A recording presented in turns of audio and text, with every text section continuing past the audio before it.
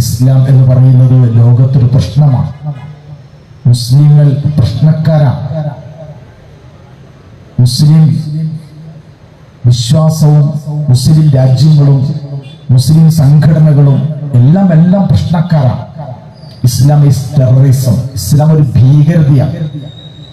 കുറച്ചുകൂടി കഴിഞ്ഞിട്ട് അത് തീവ്ര പോരാഞ്ഞിട്ട് Islam is extreme terrorism. Extreme Islam ഒരു അങ്ങേറ്റം ഭീകരമാണ്.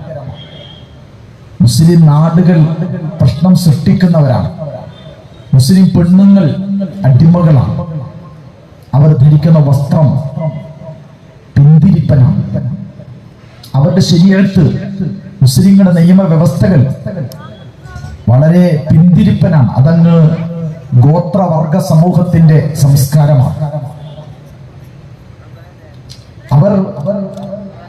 അവരുടെ വിശ്വാസവും ആദർശവും ഒക്കെ അങ്ങ് അഫ്ഗാനിസ്ഥാനിലെ ഗോത്ര സമൂഹത്തെ പോലെ പ്രാകൃതമാണ്.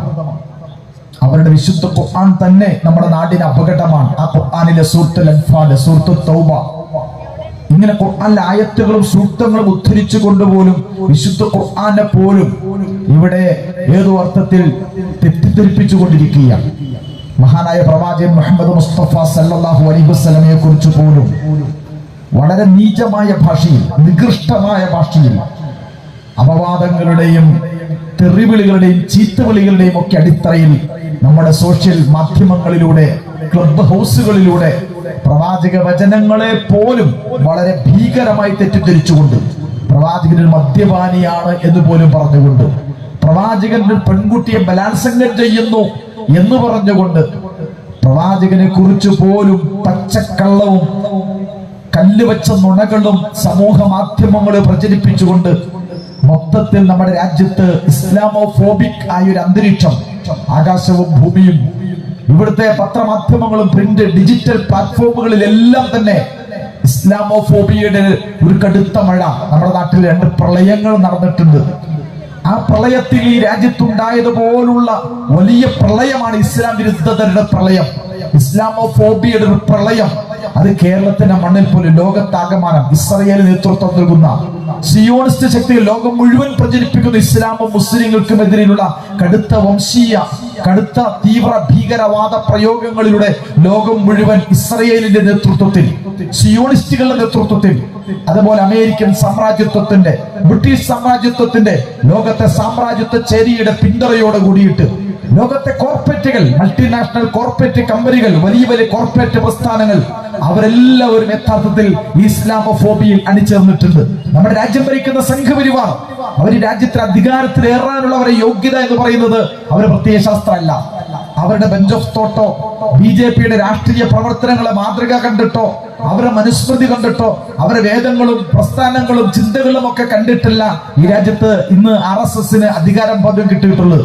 അവര് പോലും അധികാരത്തിന്റെ ഏണിപ്പടികൾ കയറി ചെന്നത് മുസ്ലിം വിരോധത്തിന്റെയും ഇസ്ലാം വെറുപ്പിന്റെയും മുസ്ലിങ്ങളെ കുറിച്ചുള്ള നിറം പിടിപ്പിച്ച കളവ് പ്രചരിപ്പിച്ച് പ്രോപ്പഗണ്ട വാറുകൾ നടത്തിക്കൊണ്ട് അത് രാജ്യത്തെ മാധ്യമങ്ങളിലൂടെ രാജ്യത്തെ സാധാരണക്കാരെ മനുഷ്യരുടെ മനസ്സുകളിലേക്ക് മുസ്ലിങ്ങളെ പറ്റിയ വെറുപ്പും വിദ്വേഷവും സൃഷ്ടിച്ചുകൊണ്ടാണ് അതിന്റെ മറവിലും ചെലവിലുമാണ് ഒരുപക്ഷെ ഈ രാജ്യത്തിന്റെ അധികാരത്തിൽ പോലും ഇന്ന് സംഘപരിവാർ കയറിയിരിക്കുന്നത്. അവർ പോലും പ്രതിനിധീകരിക്കുന്ന ആദർശത്തിന്റെ മഹത്വം ലോകത്തോട് പറയാൻ അവർക്ക് കഴിയുന്നില്ല. അവരുടെ രാഷ്ട്രീയത്തിന്റെ വിജയം ഒരുപക്ഷെ BJP സംഘപരിവാർ കഴിഞ്ഞ ഏതാനും വർഷങ്ങളായി രാജ്യം ഭരിച്ചുകൊണ്ടിരിക്കുകയാണ്. അവർ രാജ്യത്ത് നേടിയെടുത്ത നേട്ടങ്ങളെ കുറിച്ച് ഒന്നും പറയാനില്ല. കാർഷിക മേഖല, വ്യവസായിക മേഖല, വാണിജ്യ മേഖല, ജനങ്ങളുടെ തൊഴിൽ ജീവിതം, ജനങ്ങളുമായി ബന്ധപ്പെട്ട പുതിയ തലമുറയുടെ തൊഴിലിടം ഉൾപ്പെടെയുള്ള എല്ലാ മേഖലകളിലും RSS ഒരു പരാജയമാണ്, സംഘപരിവാർ ഒരു പരാജയമാണ്. പക്ഷെ എല്ലാ പരാജയങ്ങളും മറച്ചു വെച്ചുകൊണ്ട് മുസ്ലിം വിരോധം, മുസ്ലിം വെറുപ്പ് ആളിക്കത്തിച്ച് അത് നാട്ടിലൊന്നാകെ ആളിക്കത്തിച്ച് അതിന്റെ ചെലവിലാണ് ഈ രാജ്യത്ത് ഇന്നും അവർ വിജയിച്ചുകൊണ്ടിരിക്കുന്നത്. നമ്മുടെ രാജ്യം ഭരിക്കുന്ന നരേന്ദ്രമോദി എന്ന് പറയുന്നത്, അദ്ദേഹത്തിന്റെ യോഗ്യത എന്ന് പറയുന്നത് അദ്ദേഹം ഒരു കലാപം നടത്തിയിട്ടുണ്ട് എന്നതാണ്. മുസ്ലിങ്ങൾക്ക് ഗുജറാത്തിൽ കലാപം നടത്തി ആയിരക്കണക്കിന് മനുഷ്യരെ കൊന്നിട്ടുണ്ട് എന്നതാണ്. ആ കൊല ചെയ്യപ്പെട്ടിട്ടുള്ള, ബലാത്സംഗം ചെയ്യപ്പെട്ടിട്ടുള്ള ഒരു പെൺകുട്ടി, ആ പെൺകുട്ടി ഏറ്റവും അവസാനം കോടതികളിൽ അവസാനം പോലും പറയുന്നത് അവരെ ബലാത്സംഗം ചെയ്ത ബ്രാഹ്മണന്മാരാണത്രേ. ആ ബ്രാഹ്മണന്മാർ വിശുദ്ധന്മാരാണത്രേ. ബ്രാഹ്മണന്മാരെ സംബന്ധിച്ചിടത്തോളം അവർ ബലാത്സംഗം ചെയ്താൽ അതൊരു വിശുദ്ധ ബലാത്സംഗമാണ്. അങ്ങനെയാണ് ഇപ്പോൾ സംഘപരിവാർ പറയുന്നത്. അവർ കലാപം നടത്തിയാൽ അത് വിശുദ്ധമായ കലാപമാണ്. അവർ ബലാത്സംഗം നടത്തിയാൽ അത് വിശുദ്ധമായ ബലാത്സംഗമാണ്. അവർ അഴിമതി നടത്തിയാൽ അത് വിശുദ്ധമായ അഴിമതിയാണ്. അവർ ഈ രാജ്യത്തെ കൊന്ന് ഈ രാജ്യത്തെ കൊള്ളയടിച്ചാൽ അത് വിശുദ്ധമായ ദേശീയമായ ദേശസ്നേഹത്തിൽ അധിഷ്ഠിതമായ കൊള്ളയാണ്. ദേശസ്നേഹത്തോട് വിജൃംഭിതരായ രാജ്യസ്നേഹത്തോട് ചേർന്ന് നിൽക്കുന്ന അഴിമതിയാണ്. രാജ്യസ്നേഹത്തിന്റെയും തീവ്ര ദേശീയതയും ഒക്കെ ബലാത്സംഗങ്ങളാണ് അവർ ചെയ്തത്. അത് ചെയ്തത് ബ്രാഹ്മണന്മാരാണ്. ആ ബ്രാഹ്മണന്മാർ വിശുദ്ധരാണ് എന്നതാണ് ഏറ്റവും അവസാനം നമ്മുടെ രാജ്യത്തെ കോടതികൾ പോലും പ്രഖ്യാപിച്ചിട്ടുള്ള വേദതത്വം. ഞാൻ പറയുന്നത്, ഈ രാജ്യത്ത് അമിത്ഷയുടെ ആ വലിയ കുടവയറുണ്ടല്ലോ, വർഗീയത വലിയൊരു കുടവയർ ചുമന്നുകൊണ്ട് അദ്ദേഹം ഈ രാജ്യത്തെ വലിയ ഹീറോയാണ്. വലിയ ഹീറോയായി മാറിയതും അദ്ദേഹത്തിന്റെ യോഗ്യത ഈ മുസ്ലിം വെറുപ്പ് തന്നെയാണ്. ഒരുപക്ഷെ അടുത്ത കാൻഡിഡേറ്റ്, സംഘപരിവാറിന്റെ അടുത്ത നോമിനി എന്ന് പറയുന്നത് സാക്ഷാൽ യോഗി ആദിത്യനാഥാണ്. അദ്ദേഹം ഒരു വലിയ ഹീറോയാണ്. ആ ഹീറോയിന്റെയും അടിസ്ഥാനം എന്ന് പറയുന്നത് അദ്ദേഹം ഒരു ബുൾഡോസർ രാജ്യത്തിന്റെ ഉടമയാണ്. അവിടെ എതിർക്കുന്ന ഒരുപക്ഷെ നമ്മുടെ രാജ്യത്ത് ഒരു പുതിയ ഇന്ത്യയായി മാറുകയാണ്. പഴയ ഇന്ത്യയല്ല, പാർലമെന്റ് തന്നെ മാറി പുതിയ പാർലമെന്റിലേക്ക് മാറുകയാണ്. കോടതി വ്യവഹാരങ്ങൾ പോലും ഒരുപക്ഷെ നിങ്ങളുടെ വാദിക്കാനും അതുപോലെ അപ്പീൽ കൊടുക്കുവാനും അതുപോലെ നിങ്ങൾക്ക് വാദമുഖം ഉന്നയിക്കാനും ഒക്കെ ഒരുപക്ഷെ ഇന്ത്യൻ ഭരണഘടന മാനദണ്ഡമാണെങ്കിലും വിധി എന്ന് പറയുന്നത് പ്രിയമുള്ള ഒരു ഭരണഘടനാടിസ്ഥാനമല്ല. കാരണം ഭരണഘടന മാറിയിട്ടുണ്ട്. മനുസ്മൃതിയുടെ അടിസ്ഥാനത്തിൽ, സംഘപരിവാറിന്റെ വിചാരധാരയുടെ അടിത്തറയിൽ RSSന്റെ നാഗ്പൂരിൽ നിന്നുമുള്ള വിധികളാണ് ഇന്ന് സുപ്രീം കോടതിയിലൂടെ അല്ലെങ്കിൽ ഹൈക്കോടതികളിലൂടെ നമ്മുടെ നാട്ടിലെ നിയമ സംവിധാനങ്ങളിൽ വരെ വന്നുകൊണ്ടിരിക്കുന്നത്.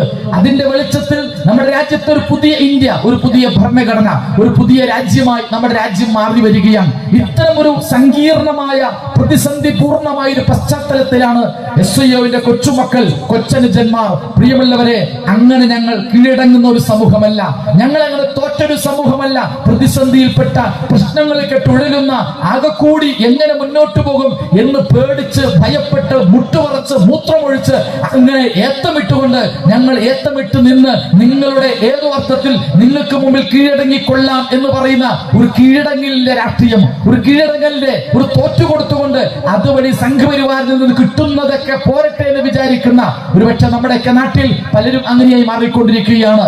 ഒരുപക്ഷെ കോൺഗ്രസിൽ നിന്നും ഒരുപാട് ആളുകൾ BJPയിലേക്ക് കൂട്ടം കൂട്ടമായി മതം മാറിക്കൊണ്ടിരിക്കുകയാണ്. ആ സംഘപരിവാറിന്റെ കോടികൾ കണ്ടുകൊണ്ട് ഗോവയിലെയും അതുപോലെ പല സംസ്ഥാനങ്ങളിലെയും കോൺഗ്രസിന്റെ MLA-മാര് BJPയിലേക്ക് എല്ലാവരും തന്നെ ഘോഷയാത്ര നടത്തിക്കൊണ്ടിരിക്കുകയാണ്. ഒരുപക്ഷെ നമ്മുടെയൊക്കെ കേരളത്തിലെ ക്രൈസ്തവ സമൂഹത്തിൽ നിന്നും കാസപോലുള്ള സംവിധാനങ്ങൾ ഒരുപക്ഷെ നാട്ടിലൊന്നാകെ സംഘപരിവാറിന്റെ ക്രൂരമായ വേട്ടയാളികൾക്ക് വിധേയമാകുന്ന ഒന്നാമത്തെ സമൂഹമാണ് മുസ്ലിങ്ങളെങ്കിൽ രണ്ടാമത്തെ സമൂഹം ക്രൈസ്തവരാണ്, മൂന്നാമത്തെ സമൂഹം കമ്മ്യൂണിസ്റ്റുകളാണ്, അതിനുശേഷമുള്ള സമൂഹമാണ് ദളിത് പിന്നോക്ക ജനവിഭാഗങ്ങൾ. പക്ഷേ ഇവിടെ പ്രശ്നം എന്ന് പറയുന്നത് ഈ ഒരു സന്ദർഭത്തിൽ സംഘപരിവാറിന്റെ മുമ്പിൽ നെഞ്ച് നിവർത്തി നിൽക്കുവാൻ കോൺഗ്രസ് ധൈര്യം കാണിക്കുന്നില്ല. നെഞ്ച് നിവർത്തി നിൽക്കാൻ കോൺഗ്രസ് ധൈര്യം കാണിക്കുന്നില്ല. അവർ മുമ്പിൽ നെഞ്ച് നിവർത്തി നിൽക്കാൻ ക്രൈസ്തവ സഭാ സംവിധാനങ്ങൾക്ക് പലപ്പോഴും കഴിയുന്നില്ല. എന്ന് മാത്രമല്ല, സംഘപരിവാറിന് വേണ്ടി മുസ്ലിം സമുദായത്തെ തെറിവിളിക്കുവാൻ മുസ്ലിം സംഘടനകളെയും മുസ്ലിം ഗ്രൂപ്പുകളെയും ലവ് ജിഹാദിന്റെ പേര് പറഞ്ഞ്, നാർക്കോട്ടിക് ജിഹാദിന്റെ പേര് പറഞ്ഞ് മുസ്ലിം സമൂഹത്തെ അപരവൽക്കരിക്കുന്ന പരിശ്രമത്തിൽ സംഘപരിവാർ നടത്തുന്ന ആരോപണങ്ങൾക്കൊപ്പം നിന്ന് മെഗാഫോണുകളായി സംസാരിക്കുന്ന കാസുകൾ പോലുള്ള സംവിധാനങ്ങൾ ചേർന്നുകൊണ്ട് സംഘപരിവാറിനെ ഭയപ്പെട്ട് അവരുടെ അജണ്ടകൾക്ക് വേണ്ടി സംസാരിക്കുന്നവരെ ഭീരുക്കളായി മാറിയിട്ടുണ്ട്. എന്തിനേറെ പറയണം, നമ്മുടെ നാട്ടിലെ കേരളത്തിലെ കമ്മ്യൂണിസ്റ്റ് പാർട്ടികൾ, ഇടതുപക്ഷ രാഷ്ട്രീയം, അവർ പോലും സംഘപരിവാറിന്റെ ഇരകളാണ്. പക്ഷേ അവർ പോലും നാക്കുകൊണ്ടും വാക്കുകൊണ്ടും വർത്തമാനം കൊണ്ടും ബഡായി വർത്തമാനം കൊണ്ടൊക്കെ പലപ്പോഴും സംഘവിരുദ്ധരാണെങ്കിലും പ്രായോഗിക മണ്ഡലങ്ങളിൽ അവർ പോലും സംഘപരിവാറിന്റെ ഉള്ളടക്കവും സംഘപരിവാറിന്റെ ഭാഷകളും സംഘപരിവാറിന്റെ പ്രചരണങ്ങളും അറിഞ്ഞും അറിയാതെയും ചെറുതും വലുതുമായ രൂപത്തിൽ നമ്മുടെ കേരളീയ പൊതുമണ്ഡലത്തിൽ പോലും പ്രചരിപ്പിക്കുവാൻ ശ്രമിച്ചുകൊണ്ടിരിക്കുന്നു എന്നതിന്റെ ഏറ്റവും അവസാനത്തെ എപ്പിസോഡാണ് തോക്കു വിവാദം എന്ന് പറയുന്നത്. നമ്മുടെ ഏതോ കേരളത്തിൽ ഇങ്ങനെ വടക്കേ അറ്റത്ത് പട്ടികളുടെ നാട്ടിലുയർന്ന പട്ടികളെ പേപിടിക്കുന്ന കാലഘട്ടമാണ്. മനുഷ്യർ തന്നെ പേ പിടിച്ചുകൊണ്ട് വർഗീയതയുടെ പേപ്പട്ടികൾ രാജ്യം ഭരിക്കുന്ന കാലഘട്ടത്തിൽ പട്ടികൾക്ക് പോലും പേ പിടിക്കുകയും ആ പട്ടികളൊന്നാകെ മനുഷ്യരെക്കാളേറെ മൃഗങ്ങൾക്ക് പരിഗണന നൽകുകയും മൃഗങ്ങൾക്ക് വേണ്ടി മനുഷ്യരെ തല്ലിക്കൊല്ലുകയും ചെയ്ത സാമൂഹിക വ്യവസ്ഥയിൽ അങ്ങനെ മൃഗങ്ങൾ തന്നെയും ഏതോ ഒരു പുതിയ ഭാവം സ്വീകരിച്ചുകൊണ്ട് എന്തോ ചില തീരുമാനങ്ങളുടെ വെളിച്ചത്തിൽ പട്ടികളൊന്നാകെ നമ്മുടെ നാട്ടിൽ പേ പിടിച്ചുകൊണ്ട് തെരുവുകളിലും അങ്ങാടികളിലും എല്ലാം തന്നെ കയറി ഇറങ്ങി നടക്കുകയാണ്. ഈ ഒരു സന്ദർഭത്തിൽ രാജ്യത്തെ ഗവൺമെന്റിനെയും ഭരണകൂടങ്ങളെയും ഇത്തരത്തിലുള്ള ഈ പേപ്പട്ടിയുടെ ഈ അപകടങ്ങളെ വളരെ ഒരു ട്രോൾ ചെയ്തുകൊണ്ട് ഒരു പരിഹാസപൂർവ്വം ഒരു ചെറുപ്പക്കാരൻ ഒരു എയർഗൺ എടുത്ത് അതിനു മുന്നിൽ കുറച്ച് കുട്ടികൾ സ്കൂളിൽ പോകുന്ന മദ്രസയിൽ പോകുന്ന കുട്ടികളുടെ മുമ്പിൽ നടന്നു പോകുന്ന ഒരു ചിത്രം സാമൂഹിക മാധ്യമങ്ങളിൽ ഇട്ടു.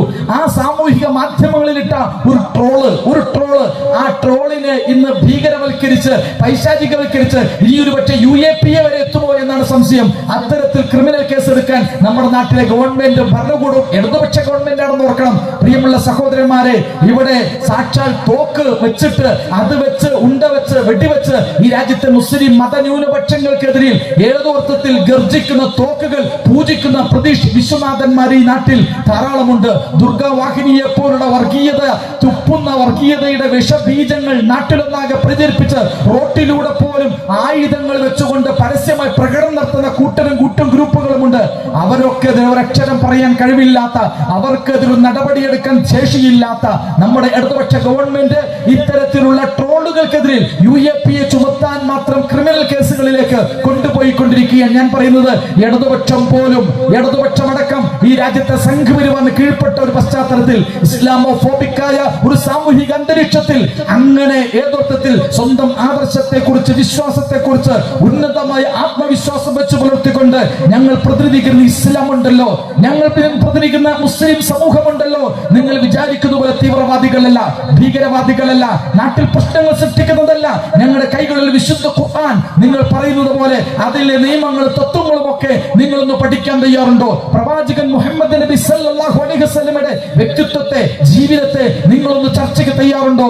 അങ്ങനെ ചർച്ചയ്ക്ക് തയ്യാറുണ്ടോ? സംവാദത്തിന് തയ്യാറുണ്ടോ? പഠിക്കാൻ തയ്യാറുണ്ടോ? വായിക്കാൻ തയ്യാറുണ്ടോ? മനുഷ്യരുടെ വിമോചനത്തിന്, മനുഷ്യരുടെ ജീവിത വിജയത്തിന്, മനുഷ്യന്റെ വ്യക്തി വിശുദ്ധിക്ക്, മനുഷ്യന്റെ കുടുംബ ജീവിതത്തിന്, മനുഷ്യന്റെ സാമൂഹിക ജീവിതത്തിന്, മനുഷ്യന്റെ രാഷ്ട്രാന്തരീയ ജീവിതത്തിന്, അഥവാ ഈ കാലഘട്ടത്തിൽ മനുഷ്യന് ഈ ഭൂമിയിൽ സന്തോഷത്തോടെ സമാധാനത്തോടെ ജീവിക്കാൻ കഴിയുന്ന വ്യക്തി വിശുദ്ധിയുടെ, കുടുംബ വിശുദ്ധിയുടെ, സമൂഹ വിശുദ്ധിയുടെ, ധാർമ്മിക വിശുദ്ധിയുടെ പാഠങ്ങളിലൂടെ, അനുഭവങ്ങളിലൂടെ, അധ്യാപനങ്ങളിലൂടെ മുന്നോട്ട് പോകാൻ കഴിയുന്ന ആദർശം ഏത് എന്ന ചോദ്യത്തിന് ഇസ്ലാമാണ് അതിന് കഴിയുന്ന ഒരേ ഒരു ആദർശം. അതുകൊണ്ട് ഇസ്ലാമിനെ പഠിക്കാൻ തയ്യാറുണ്ടോ? നിങ്ങൾ ഖുർആൻ വായിക്കാൻ തയ്യാറുണ്ടോ? പ്രവാചക ജീവിതത്തെ കുറിച്ച് പഠിക്കാനും വായിക്കുവാനും തയ്യാറുണ്ടോ എന്ന് ചോദിച്ചുകൊണ്ട് ഒരു സ്പോർട്സ്മാൻ സ്പിരിറ്റിൽ ഇത്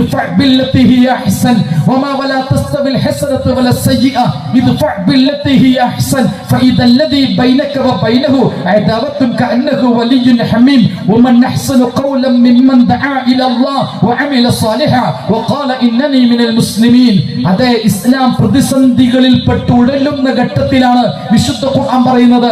അതെ, ഞങ്ങൾ ഇസ്ലാമിന്റെ വക്താക്കളാണ്. ഇസ്ലാമിനെ നിങ്ങൾ അറിയാൻ ശ്രമിക്കണം, ഇസ്ലാമിനെ നിങ്ങൾ പഠിക്കാൻ ശ്രമിക്കണം. ഇസ്ലാമിന്റെ വ്യക്തി ജീവിതം, ഇസ്ലാമിന്റെ സാമൂഹിക ജീവിതം, ഇസ്ലാമിന്റെ പരിസ്ഥിതി സങ്കല്പം, ഇസ്ലാമിന്റെ കുടുംബ ജീവിതം, ഇസ്ലാമിന്റെ മാതാവിനെ സംബന്ധിച്ച്, പിതാവിനെ സംബന്ധിച്ച്, അനാഥകളെ സംബന്ധിച്ച്, അഗതികളെ സംബന്ധിച്ച്, പ്രകൃതിയെ സംബന്ധിച്ച്, കുടിവെള്ളത്തെ സംബന്ധിച്ച്, മനുഷ്യന്റെ അങ്ങാടിയെ സംബന്ധിച്ച്, ഇങ്ങനെ ഇസ്ലാമിന്റെ ജീവിതത്തെ കുറിച്ചുള്ള ഓരോരോ കാഴ്ചപ്പാടുകൾ സമൂഹത്തിൽ പരിചയപ്പെടുത്തിക്കൊണ്ട് ഇസ്ലാമിനെ മനോഹരമായി സംവാദാത്മകമായി അവതരിപ്പിക്കാനുള്ള ധൈര്യം, അതാണ് പ്രിയമുള്ളവരെ SIOവിന്റെ കൊച്ചുമക്കൾ നടത്തിയിട്ടുള്ളത്. അതുകൊണ്ട് ഞാൻ ആദ്യമായിട്ട് അവരെ അഭിനന്ദിക്കുകയാണ്. കാരണം ഇസ്ലാം എന്ന് പറയുന്നത് ഈ രാജ്യത്തിന്റെയും ലോകത്തിന്റെയും ഒരു പ്രതീക്ഷയുമാണ്, ഒരു പ്രതീക്ഷയും ആവേശവുമാണ്.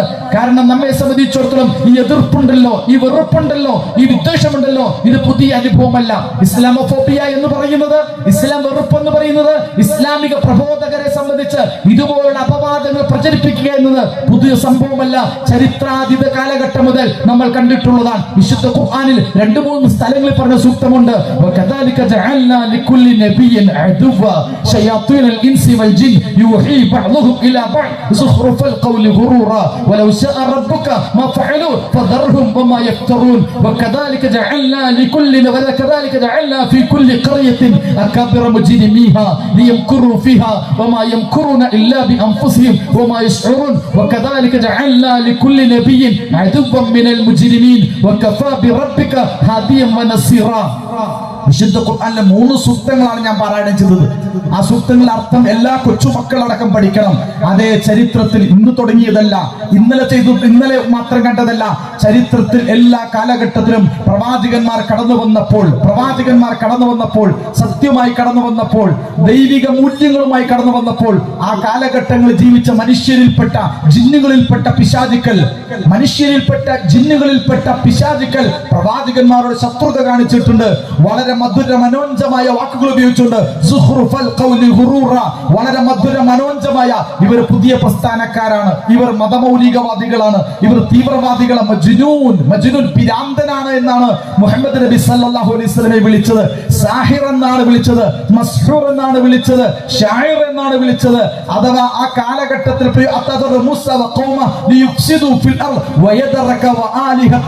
ഈ നാട്ടിൽ പ്രശ്നമുണ്ടാക്കുന്നവരാണ് മൂസ പ്രവാചകൻ.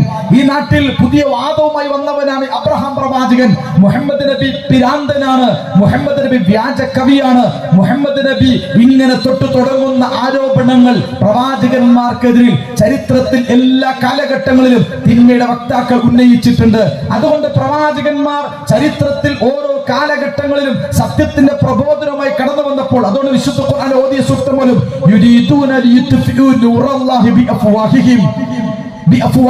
ഈ ദൈവികമായി വെളിച്ചത്തെ കെടുത്താൻ, ഈ ദിവ്യപ്രകാശത്തെ കെടുത്താൻ വേണ്ടിയിട്ട് പലരും ഊതിക്കൊണ്ടിരിക്കും. അവരുടെ വായ കൊണ്ട്, അവരുടെ ചാനൽ കൊണ്ട്, അവരുടെ പേജ് കൊണ്ട്, അവരുടെ പത്രമാധ്യമങ്ങൾ കൊണ്ട് ലോകത്ത് സത്യത്തിന്റെ വെളിച്ചത്തെ കെടുത്തിക്കളയാൻ ഊതിക്കൊണ്ടേയിരിക്കും. അവരുടെ വായ കൊണ്ട് ഈ സത്യത്തെ കെടുത്തിക്കളയാൻ അവർ ഊതിക്കൊണ്ടേയിരിക്കും. പക്ഷെ വിശുദ്ധ ഖുർആൻ പറയുന്നുണ്ട്, പക്ഷേ അവർ അത് ഊതിക്കെടുത്താൻ ശ്രമിച്ചാലും ഇസ്ലാം അങ്ങനെ കെട്ടുപോകുന്ന ഒരു വെളിച്ചമല്ല. ഇസ്ലാമിന്റെ വെളിച്ചം അല്ലാഹു നൂറു സമാവാതി വൽ അർദ് മസലു നൂരിഹി കമിഷ്കാത്ത്. അതെ, ഇതൊരു പ്രകാശ ഗോപുരമാണ്, ഇതൊരു ലൈറ്റ് ഹൗസ് ആണ്. ആ വെളിച്ചമുണ്ടല്ലോ, ആ വെളിച്ചത്തിന്റെ തെളിച്ചത്തിൽ നൂറുന അലാ നൂർ, വെളിച്ചത്തിൽ ജീവിക്കുന്ന ഈ ആദർശത്തെ കെടുത്തിക്കളയാൻ സാധ്യമല്ല. അതുകൊണ്ട് ചരിത്രത്തിൽ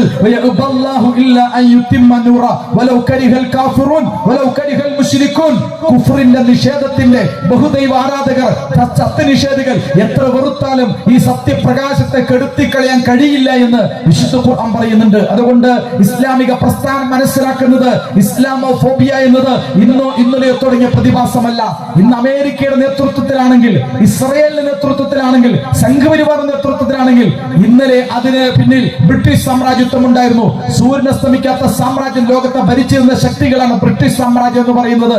അതുപോലെ തന്നെ സോവിയറ്റ് ചെമ്പട, സാക്ഷാൽ റഷ്യ മുതൽ ആ റഷ്യയുടെ വ്യത്യസ്തമായ റിപ്പബ്ലിക്കുകൾ, മുസ്ലിം ഭൂരിപക്ഷ പ്രദേശങ്ങൾ, അസർബൈജാൻ, ഉസ്ബെക്കിസ്ഥാൻ, താജിക്കിസ്ഥാൻ, കിർഗിസ്ഥാൻ, ഇങ്ങനെ ചെച്നിയ തുടങ്ങുന്ന മുസ്ലിങ്ങൾ ഭൂരിപക്ഷം പ്രവർത്തിക്കുന്ന പ്രദേശങ്ങളിലടക്കം ഈ നിരീശ്വര നിർമ്മിത മതവിരുദ്ധ മതനിഷേധ പ്രത്യയശാസ്ത്രം അത്തരം മുസ്ലിം റിപ്പബ്ലിക്കുകൾ, തുർക്ക്മാനിസ്ഥാൻ ഉൾപ്പെടെയുള്ള പ്രദേശങ്ങളിൽ അടിച്ചമർത്തി അവിടുത്തെ വിശ്വാസികളെ, അവിടുത്തെ പള്ളികളെ, മദ്രസകളെ, ഇസ്ലാമിക വിശ്വാസങ്ങളെ തകർത്ത് തരിപ്പണമാക്കിയ സഖാവ് ലെനിന്റെ കാലഘട്ടം മുതൽ സ്റ്റാലിന്റെ കാലഘട്ടം ഉൾപ്പെടെയുള്ള കാലഘട്ടത്തിലെ ചരിത്രം നിങ്ങൾ ഓർക്കണം. കമ്മ്യൂണിസ്റ്റ് സഹോദരന്മാർ, മുസ്ലിം മാപ്പിള സഖാക്കളൊക്കെ ഒരുപക്ഷെ തങ്ങൾ പ്രതിനിധീകരിക്കുന്ന പ്രത്യയശാസ്ത്രത്തിന്റെ ചരിത്രത്തിന്റെ നാൾ വഴികൾ ഓർക്കേണ്ടതുണ്ട്. ഇന്നൊരു പക്ഷേ നമ്മുടെ നാട്ടിലെ കമ്മ്യൂണിസ്റ്റ് പാർട്ടിയുടെ സെക്രട്ടറിമാര് അവരാണ് തീവ്രവാദത്തിന്റെ പട്ട നൽകിക്കൊണ്ട് ഓരോരുത്തരെ തീവ്രവാദിയാണോ മിതവാദിയാണോ തീരുമാനിക്കുന്നത്. ജമാഅത്തെ ഇസ്ലാമിക്ക് തീവ്രവാദത്തിന് പട്ട നൽകിയ സാക്ഷാൽ ഗോവിന്ദ മാഷോട് ഞാൻ പറയട്ടെ, നിങ്ങളുടെ തീവ്രവാദത്തിന്റെ സർട്ടിഫിക്കറ്റ് CPM-ന്റെ സെക്രട്ടറിമാരെ കയ്യിൽ നിന്ന് വാങ്ങേണ്ട ഗതികേട് ഏതായാലും ഇസ്ലാമിക പ്രസ്ഥാനത്തിനില്ല. രാജ്യസ്നേഹത്തിന്റെയും ദേശസ്നേഹത്തിന്റെയും സർട്ടിഫിക്കറ്റ് ഇവിടുത്തെ RSS-ന്റെ ശാഖയിൽ പോയിട്ട് അവരുടെ ഭൗതിക പ്രമുഖോ, ശിക്ഷ പ്രമുഖോ, കാര്യവാഹകോ, ശുദ്ധ ഗുണ്ടകളെ, ക്രിമിനലുകളുടെ പേരാണ് പറയുന്നത്. അങ്ങനെ ദേശസ്നേഹത്തിന്റെയും ദേശദ്രോഹത്തിന്റെയും രാജ്യസ്നേഹത്തിന്റെയും ഒക്കെ മൊത്തം കുത്തക RSS-നാണെന്നും, അതുകൊണ്ട് നിങ്ങൾക്ക് രാജ്യസ്നേഹത്തിന് പട്ടം കിട്ടണമെങ്കിൽ സംഘപരിവാറിന്റെ കാര്യസ്ഥന്മാരുടെ അവരുടെ ഏതോ കാര്യവാഹകന്റെ അടുക്കൽ പോയി സർട്ടിഫിക്കറ്റ് വാങ്ങണമെന്നും, അതുപോലെ നിങ്ങൾ ദേശദ്രോഹ വർഗീയവാദികളാണോ തീവ്രവാദികളാണോ എന്ന് തീരുമാനിക്കാൻ CPM-ന്റെ ലോക്കൽ സെക്രട്ടറിമാരത്തിൽ പോയി അവരുടെ കയ്യിൽ നിന്ന് സർട്ടിഫിക്കറ്റ് ഒന്നും വാങ്ങണമെന്ന് വിശ്വസിക്കുന്നവരല്ല ഞങ്ങൾക്കറിയാം ചരിത്രത്തിൽ തീവ്രവാദത്തിന്റെ, ഭീകരവാദത്തിന്റെ, വർഗീയവാദത്തിന്റെ, കൊലപാതകങ്ങളുടെ, കലാപങ്ങളിലെ മനുഷ്യ രക്തത്തിൽ നിന്ന് നീന്തി തുടിച്ചു വന്ന ചരിത്രം ആർക്കാണുള്ളത് എന്ന് കമ്മ്യൂണിസ്റ്റ് സഖാക്കൾ ഒരു വേള ഓർക്കേണ്ടത് നല്ലതാണ്. നിങ്ങൾക്ക് സ്റ്റാലിനെ അറിയുമോ? മനുഷ്യ ചരിത്രം കണ്ട the great butchers of the world history, the great butchers of the world history, മനുഷ്യ ചരിത്രം കണ്ട ഏറ്റവും വലിയ കശാപ്പുകാരന്റെ പേരാണ് പ്രിയമുള്ളവരെ സാക്ഷാൽ ജോസഫ് സ്റ്റാലിൻ എന്ന് പറയുന്നത്. ആ സ്റ്റാലിന്റെ ഫോട്ടോ വെച്ച്, ചിത്രം വെച്ച് ഇന്നും പാർട്ടി ഓഫീസുകളിൽ ഇരിക്കുന്നവരാണ് നമ്മുടെ നാട്ടിലെ കമ്മ്യൂണിസ്റ്റ് സഖാക്കൾ എന്ന് പറയുന്നത്. സ്റ്റാലിന്റെ ചരിത്രം നിങ്ങൾക്കറിയുമോ? അങ്ങ് കംബോഡിയയിലെ പോൾ പോട്ട് എന്ന് പറയുന്നത് ആരാണെന്ന് നിങ്ങൾക്കറിയുമോ? അങ്ങ് കൊറിയ ഉണ്ട്, ഉത്തര കൊറിയ. ആ ഉത്തര കൊറിയയിലേക്ക് കമ്മ്യൂണിസം ഉണ്ടെന്നാ പറയുന്നത്. നിങ്ങൾ പറഞ്ഞ കമ്മ്യൂണിസം ഉണ്ടല്ലോ, അതാ ഉത്തര കൊറിയയിലുണ്ട്. ഈ കിം ഇൻ ഉൻ എന്നൊക്കെ പറഞ്ഞ് അത് കഴിഞ്ഞ കുറെ കാലമായി ഇപ്പോൾ ഭരിക്കുന്ന ആള്, പിന്നെ അയാളുടെ അച്ഛൻ, അതിന് അയാളുടെ വെല്ലിച്ചൻ, പിന്നെ അയാളുടെ വെല്ലിച്ചന്റെ അച്ഛൻ, ഇങ്ങനെ അച്ഛനായി, അച്ഛന്റെ അച്ഛനായി, വെല്ലിച്ചനായി കൊറിയ ഭരിച്ചുകൊണ്ടിരിക്കുന്ന കിം ഇൻ ഉന്നും കിം അൻ ഉന്നും കിം ഉൻ ഇൻ എന്നൊക്കെ പറയുന്ന അത്തരം ആളുകളുണ്ടല്ലോ പ്രിയമുള്ളവരെ. ഏകാധിപത്യത്തിന് മുഖത്തിന് കീഴിൽ മനുഷ്യന് ശ്വാസം വിടാൻ പോലും കഴിയാത്ത വിധത്തിൽ അടിച്ചമർത്തുന്ന ഭീകരപരമായ ഭരണാധികാരികൾ. അതാണ് പ്രിയമുള്ളവരെ കമ്മ്യൂണിസ്റ്റ് ലോകത്തെ സ്റ്റാലിൻമാർ. കമ്മ്യൂണിസ്റ്റ് ലോകത്തെ അൻവർ ഹോജി നിങ്ങൾക്കറിയുമോ? പ്രിയമുള്ളവരെ നിങ്ങൾക്കറിയുമോ? പോൾ പോട്ടിനെ നിങ്ങൾക്കറിയുമോ? അങ്ങനെ ലോകത്തിന്റെ ചരിത്രത്തിൽ ഒരുപാട് രക്തപ്പൊഴിയൊഴുക്കി എത്ര മനുഷ്യരെ കൊല വിളിച്ചിട്ടാണ് കമ്മ്യൂണിസ്റ്റ് പാർട്ടിയുടെ ഈ ചെങ്കൊടി ചുവന്നത് എന്ന് നിങ്ങൾക്കറിയുമോ?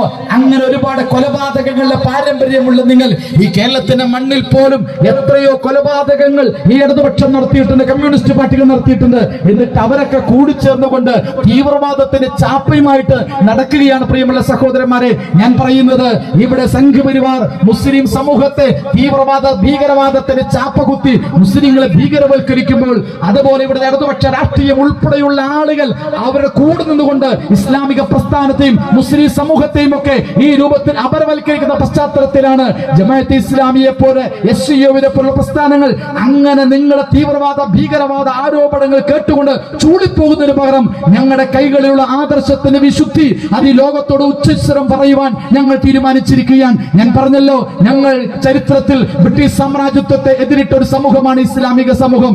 ചരിത്രത്തിൽ പറങ്കികളോട് ഏറ്റുമുട്ടിയ സമൂഹമാണ് ഇസ്ലാമിക സമൂഹം. ചരിത്രത്തിൽ സ്പാനിഷ് സാമ്രാജ്യത്വത്തോട് ഏറ്റുമുട്ടിയവരാണ് ഇസ്ലാമിക സമൂഹം. ചരിത്രത്തിൽ ഇറ്റാലിയൻ സാമ്രാജ്യത്വത്തോട്, ചരിത്രത്തിൽ ഡച്ച് സാമ്രാജ്യത്വത്തോട്, ചരിത്രത്തിലെ അതിനു മുമ്പ് റോമൻ സാമ്രാജ്യത്വത്തോട്, ചരിത്രത്തിൽ പേർഷ്യൻ സാമ്രാജ്യത്വത്തോട്, ചരിത്രത്തിൽ ബൈസന്റൈനിയൻ സാമ്രാജ്യത്വത്തോട്, അഥവാ ചരിത്രം കണ്ടിട്ടുള്ള കിങ് റിച്ചാർഡുമാരോട്, ലൂയി രാജാവിനോട്, ഫിലിപ്പ് രാജാവിനോട്, അതുപോലുള്ള ചെങ്കിസ് ഖാൻമാരോട്, ഖാൻമാരോട് ഞാൻ പറയുന്നത്, ചരിത്രത്തിൽ എല്ലാ കാലഘട്ടങ്ങളിലും ലോകത്തെ ഭരിച്ചിരുന്ന കിസ്രമാരെ, കൈസർമാരെ, ബൈസന്റൈനിയൻ സാമ്രാജ്യത്വത്തെ, അതുപോലെ ചരിത്രത്തിന്റെ എല്ലാ കാലഘട്ടങ്ങളിലും ഇതുപോലുള്ള അക്രമികളായ ഭരണകൂടങ്ങളെ, ഇതുപോലുള്ള സാമ്രാജ്യത്വത്തിന്റെയും ചൂഷണത്തിന്റെയും അധികാര രാഷ്ട്രീയം പൂണ്ട ആളുകളെ എന്നും അഭിമുഖീകരിച്ച, അവരെയെല്ലാം നേരിട്ട ഒരു ആദർശ സമൂഹമാണ് ഇസ്ലാമിക സമൂഹം എന്ന് പറയുന്നത്. ഇസ്ലാമിനെ എന്തുകൊണ്ട് ഇങ്ങനെ വെറുക്കുന്നു എന്ന് നിങ്ങൾക്കറിയുമോ? ഇസ്ലാമിനെതിരെ എന്തുകൊണ്ട് പ്രചരണം നടക്കുന്നു എന്നറിയുമോ? ഇസ്ലാം എന്ന് പറയുന്നത് ചരിത്രത്തിൽ ഇതുപോലെ ഓരോ കാലഘട്ടത്തിലും തിന്മകളുടെ വക്താക്കളായി വരുന്നതിന് മുമ്പിൽ എഴുന്നേറ്റ് നിൽക്കുന്ന, നെഞ്ച് നിവർത്തി അവരുടെ മുമ്പിലേക്ക് കടന്നു എന്ന് തിന്മയുടെ മുമ്പിൽ ഞങ്ങൾ റുക്കൂ ചെയ്യില്ല, തിന്മയുടെ മുമ്പിൽ ഞങ്ങൾ സുജൂദ് ചെയ്യില്ല. ഇങ്ങനെ തിന്മയുടെ വക്താക്കൾ മുമ്പിൽ റുക്കൂ ചെയ്യാത്ത, സുജൂദ് ചെയ്യാത്ത, നെഞ്ച് നിവർത്തി നിൽക്കുന്ന ഒരു സമൂഹമാണ് മുസ്ലിം സമൂഹം എന്നതുകൊണ്ടാണ് ഇസ്ലാം വെറുക്കപ്പെടുന്നത്. നിങ്ങൾക്കറിയുമോ? ഇസ്ലാം മദ്യത്തിനെതിരാണ്, ഇസ്ലാം വ്യഭിചാരത്തിനെതിരാണ്, ഇസ്ലാം സെക്സ് ടൂറിസത്തിനെതിരാണ്, ഇസ്ലാം ഗാംബ്ലിങ്ങിനെതിരാണ്, ഇസ്ലാം വംശവെറിക്കെതിരാണ്, അങ്ങനെ ഇസ്ലാം പ്രകൃതി ചൂഷണത്തിനെതിരാണ്. അഥവാ ഇസ്ലാമിന്റെ നിയമങ്ങൾ, ഇസ്ലാമിന്റെ തത്വങ്ങൾ, ഇസ്ലാമിന്റെ മൂല്യങ്ങൾ അത് അമേരിക്കയുടെ കോർപ്പറേറ്റ് കമ്പനികൾക്ക് വിരുദ്ധമാണ്. ലോകത്തെ മൾട്ടിനാഷണൽ കമ്പനികൾക്ക് അവർ സ്വാർത്ഥ താല്പര്യങ്ങൾക്കെതിരാണ്. മദ്യത്തെ നിരോധിക്കുന്ന, വ്യഭിചാരത്തെ എതിർക്കുന്ന, പലിശയെ എതിർക്കുന്ന, സകലമന ഗാംബ്ലിങ്ങിനെ എതിർക്കുന്ന, ചൂതാട്ടത്തെ എതിർക്കുന്ന, അതുപോലെ ചൂഷണങ്ങളെ എതിർക്കുന്ന, പ്രകൃതി ചൂഷണത്തെ എതിർക്കുന്ന, ഇങ്ങനെയുള്ള എല്ലാ തിന്മകളെയും അഴിമതികളെ എതിർക്കുന്ന, സ്വജനപക്ഷപാതത്തെ എതിർക്കുന്ന, അങ്ങനെ തുടങ്ങുന്ന എല്ലാ തിന്മകളെയും എതിർക്കുന്ന, എല്ലാ അർത്ഥത്തിൽ വിശ്വാസ വൈകൃതങ്ങളെയും എതിർക്കുന്ന, എല്ലാ സാമൂഹിക തിന്മകളെയും എതിർക്കുന്ന ഒരു ആദർശമാണ് ഇസ്ലാം എന്ന് പറയുന്നത്. അതുകൊണ്ട് ലോകത്തെ തിന്മകളെ ശക്തികളെ സംബന്ധിച്ചിടത്തോളം അത് വംശീയതയാകാം, അത് പലിശയാകാം, അത് സെക്സ് ടൂറിസം ആകാം, അത് സമൂഹത്തിന്റെ ആഭാസ അശ്ലീലകളാകാം, അതുപോലെ സമൂഹത്തിന്റെ അഴിമതിയാകാം. ഇങ്ങനെ നിലനിൽക്കുന്ന എല്ലാവിധ തിന്മകളോടും ഒരർത്ഥത്തിനും രാജിയാകാതെ അത്തരം തിന്മകളോട് കൃത്യമായി ആദർശത്തിന്റെയും വിശ്വാസത്തിന്റെയും ഭൂമികയിൽ നിന്നുകൊണ്ട് നിലപാടുകൾ എടുക്കുന്ന ധീരമായ ഒരു സമൂഹവും ഒരു ആദർശവുമാണ് ഇസ്ലാം എന്നതുകൊണ്ടാണ് ഇന്ന് ഇസ്ലാം വിമർശിക്കപ്പെടുന്നത്, ഇസ്ലാം എതിർക്കപ്പെടുന്നത് എന്ന് നിങ്ങൾ അറിയേണ്ടതുണ്ട്. നമ്മുടെ രാജ്യത്തിന്റെ ചരിത്രം നിങ്ങൾക്കറിയുമോ? മഹാനായ ഈ രാജ്യത്തിന്റെ ചരിത്രത്തിൽ അറിയപ്പെട്ട രാജ്യത്തിന്റെ ഒന്നാമത്തെ പ്രധാനമന്ത്രി ജവഹർലാൽ നെഹ്റു ഉണ്ട്, ആനി ബെസന്റ് ഉണ്ട്, അതുപോലത്തെ ഡോക്ടർ രാമകൃഷ്ണ റാവു ഉണ്ട്. അങ്ങനെ ഇന്ത്യയുടെ ചരിത്രം എഴുതിയ ഒരുപാട് മഹത്തുക്കളുണ്ട്. ആ മഹത്തുക്കളെ എഴുതിയ ചരിത്രം നിങ്ങളൊന്ന് വായിച്ചു നോക്കണം. അതിൽ പറയുന്നത്, ഗ്ലിംസസ് ഓഫ് വേൾഡ് ഹിസ്റ്ററി പറയുന്നത്, ഇന്ത്യയിൽ ഇസ്ലാം കടന്നു വന്നതോടുകൂടി, മുസ്ലിങ്ങൾ കടന്നു വന്നതോടുകൂടി അങ്ങനെയാണ് ഈ രാജ്യത്തെ ജനങ്ങൾക്ക് സ്വാതന്ത്ര്യം കിട്ടിയത്, ഈ രാജ്യത്തെ ജനങ്ങൾക്ക് വിമോചനം കിട്ടിയത്.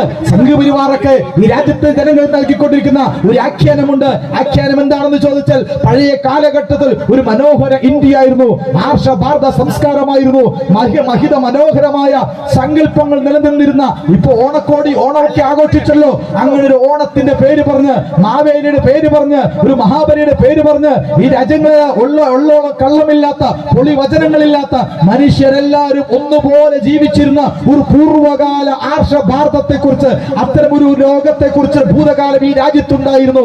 അത് നശിപ്പിച്ചതും അത് തകർത്തതുമൊക്കെ മുസ്ലിങ്ങളാണ് എന്ന രീതിയിലാണ് സംഘപരിവാറുകാർ ഈ രാജ്യത്തെ ജനങ്ങളെ പഠിപ്പിച്ചുകൊണ്ടിരിക്കുന്ന ചരിത്രബോധം. പ്രിയമുള്ള സഹോദരന്മാരെ, ഈ രാജ്യത്തെ ജനങ്ങളോട് ഞങ്ങൾക്ക് പറയുവാനുള്ളത്, അങ്ങനെ ഒരു ചരിത്രം ഇന്ത്യക്കില്ല. ഒരുപക്ഷെ ഈ ആഘോഷിച്ച ഓണത്തിന്റെ മിത്തിൽ പോലും നിങ്ങളൊന്ന് കാണേണ്ടതുണ്ട്. ഈ രാജ്യം ഭരിച്ചിരുന്ന അസുര രാജാവായിരുന്നു മഹാബലി എന്ന് പറയുന്നത്. ഈ രാജ്യത്തെ പാവപ്പെട്ട ജനങ്ങളെ നീതിപൂർവം, ധർമ്മപൂർവം, സാഹോദര്യം പോലെ ജീവിച്ച ആളുകളുടെ ഭരണം കണ്ടിട്ട് അസൂയ വന്ന, വെറുപ്പ് വന്ന ഒരു ദൈവം, അത് സവർണ ദൈവമാണ്. അതിവിടുത്തെ സംഘപരിവാറിന്റെ ദൈവമാണ്. ഇതിവിടുത്തെ വംശീയ വർഗീയതയിൽ വിശ്വസിക്കുന്ന വാമൻ എന്ന് പറയുന്ന ദൈവം ഈ മഹാബലിയെ ഭൂമിയിലേക്ക് വന്നിട്ട് ഇങ്ങനൊരു ഭരണം ഇവിടെ പാടില്ല. ഇവിടെ സവർണന്റെ ഭരണമാണ് നടക്കേണ്ടത്. ഇവിടെ വെളുത്തു തുടിച്ച മേലാളിന്റെ ഭരണമാണ് നിലനിൽക്കേണ്ടത്. ഇവിടെ ഈഴവനോ പറയനോ പുലയനോ പിന്നാക്കക്കാർക്കോ അവകാശങ്ങൾ ഉണ്ടാകാൻ പാടില്ല. അവർ പഠിക്കാൻ പാടില്ല, അവർ എഴുതാൻ പാടില്ല, വേദഗ്രന്ഥം വായിക്കാൻ പാടില്ല. അസ്ത്രമെയ്യാൻ പഠിക്കുന്ന അവന്റെ പെരുവിരൽ വരെ ഏകലവ്യന്റെ വിരൽ മുറിച്ച ചരിത്രം നിങ്ങൾക്കറിയുമോ? ശൂർപ്പണഖയുടെ മൂക്ക് മുറിച്ച ചരിത്രം നിങ്ങൾക്കറിയുമോ? മനുഷ്യന്റെ മനുഷ്യത്വത്തിന്റെ പുറത്തു നിർത്തിയ തൊട്ടുകൂടായ്മയുടെ തീണ്ടലിന്റെ ദൃഷ്ടിയിൽ കണ്ടാൽ ദോഷമുള്ളവർ ദൃഷ്ടിയിൽ പോലും കാണാൻ പാടില്ലാത്ത വിധം മനുഷ്യന് പൊതുവഴിയിൽ വരരുത്, പൊതുവിദ്യാഭ്യാസത്തിൽ വരരുത്, സ്കൂളിൽ വരരുത്, വിദ്യാഭ്യാസം ചെയ്യരുത്. അങ്ങനെ ചെയ്താൽ നിങ്ങൾ നിലത്തിറങ്ങി പഠിക്കണം. അങ്ങനെ അംബേദ്കറുടെ പുസ്തകങ്ങൾ നിങ്ങൾ വായിക്കണം, അംബേദ്കറുടെ സമരം നിങ്ങൾ വായിക്കണം. അംബേദ്കർ ആരോടാണ് സമരം ചെയ്തതെന്ന് ഈ രാജ്യത്തെ ചരിത്രം നിങ്ങൾ മറക്കരുത്. സ്കൂളിൽ ചെന്നപ്പോൾ ഇറങ്ങി നിൽക്കണോ? ബെഞ്ചിലിരിക്കരുത്, ചാക്കിലിരിക്കണം. ബെഞ്ചിലിരിക്കരുത്, ചാക്കിലിരിക്കണം. മുമ്പിലിരിക്കുന്ന സവർണ, പിന്നെ പിറകിലിരിക്കുന്ന മുമ്പിലിരിക്കുന്ന സവർണ കുട്ടികൾക്ക് തടസ്സമാകരുത്. അതുകൊണ്ട് ഏറ്റവും അവസാനം പോയിരിക്കുക, ചാക്കിലിരിക്കുക, നിലത്തിരിക്കുക. അങ്ങനെ പഠിക്കാനോ വായിക്കാനോ അനുവാദമോ സ്വാതന്ത്ര്യമോ ഇല്ലായിരുന്ന ഇന്ത്യയുടെ ഒരു ചരിത്രം, അംബേദ്കറുടെ ചരിത്രം നിങ്ങൾ എല്ലാവരും ഓർക്കേണ്ടതുണ്ട്. നിങ്ങൾ ഈ കേരളത്തിലെ ചരിത്രം പഠിക്കുമ്പോൾ സാക്ഷാൽ അയ്യങ്കാളിന്റെ ചരിത്രം നിങ്ങൾ പഠിക്കേണ്ടതുണ്ട്. ശ്രീനാരായണ ഗുരുവിന്റെ ഗ്രന്ഥങ്ങൾ നിങ്ങൾ വായിക്കേണ്ടതുണ്ട്. ഈഴവ ശിവനെ കുറിച്ച് നിങ്ങൾ കേൾക്കേണ്ടതുണ്ട്. ഞാൻ പറയുന്നത് ഡോക്ടർ പൽപ്പുവിന്റെ ഡോക്ടർ, അതിനെക്കുറിച്ച് നിങ്ങൾ പഠിക്കേണ്ടതുണ്ട്. ഈഴവ മെമ്മോറിയലിനെ കുറിച്ച് നിങ്ങൾ ആലോചിക്കേണ്ടതുണ്ട്. മലയാളി മെമ്മോറിയൽ മുതൽ ഈഴവ മെമ്മോറിയൽ മുതൽ സംവരണമടക്കം എന്താണ് സംവരണത്തിന്റെ ചരിത്രം നിങ്ങൾ ഓർക്കേണ്ടതുണ്ട്. ഇവിടെ സംഘപരിവാർ പ്രചരിപ്പിക്കുന്ന പോലെ എന്തോ ഒരു മനോഹരമായ ഭൂതകാലം ഈ രാജ്യത്തുണ്ടായിരുന്നുവെന്നും ഇവിടേക്ക് കടന്നു വന്ന മുസ്ലിങ്ങൾ ഇസ്ലാം അതാണ് തകർത്തത് എന്ന പ്രചരണമുണ്ടല്ലോ, അത് കളവാണ്, അത് നുണയാണ്, അത് പൊളിയാണ്. യഥാർത്ഥത്തിൽ അംബേദ്കർ പറയുന്ന ചരിത്രം നിങ്ങൾ വായിക്കണം. കുമാരനാശാന്റെ നളിനി നിങ്ങൾ വായിക്കണം, ലീല വായിക്കണം, നിങ്ങൾ ചണ്ടാല ഭിക്ഷുക്ക് വായിക്കണം, നിങ്ങൾ കേരള നവോത്ഥാന ചരിത്രം നിങ്ങൾ വായിക്കണം. സാക്ഷാൽ അയ്യങ്കാളിയുടെ വില്ലുവണ്ടി നിങ്ങൾ വായിക്കണം. കല്ലുമാല നിങ്ങൾ അറിയണം. അഥവാ ഈ രാജ്യത്തിന്റെ ചരിത്രം എന്ന് പറയുന്നത് ഒരു സവർണ സംസ്കാരമായിരുന്നു, ഒരു ബ്രാഹ്മണ സംസ്കാരമായിരുന്നു. ഈ നാടിന് മണ്ണ് അവരുടെ കയ്യിലായിരുന്നു. ഈ പറയുന്ന ബ്രഹ്മസ്വത്തിന്റെ കയ്യിൽ കൈകളിലായിരുന്നു. ദേവസ്വം എന്ന പേരിൽ, ബ്രഹ്മസ്വം എന്ന പേരിൽ ഈ രാജ്യത്തെ ഭൂമി ആരുടെ കൈകളിലായിരുന്നു? ഈ രാജ്യത്തെ അധികാരം ആരുടെ കൈകളിലായിരുന്നു?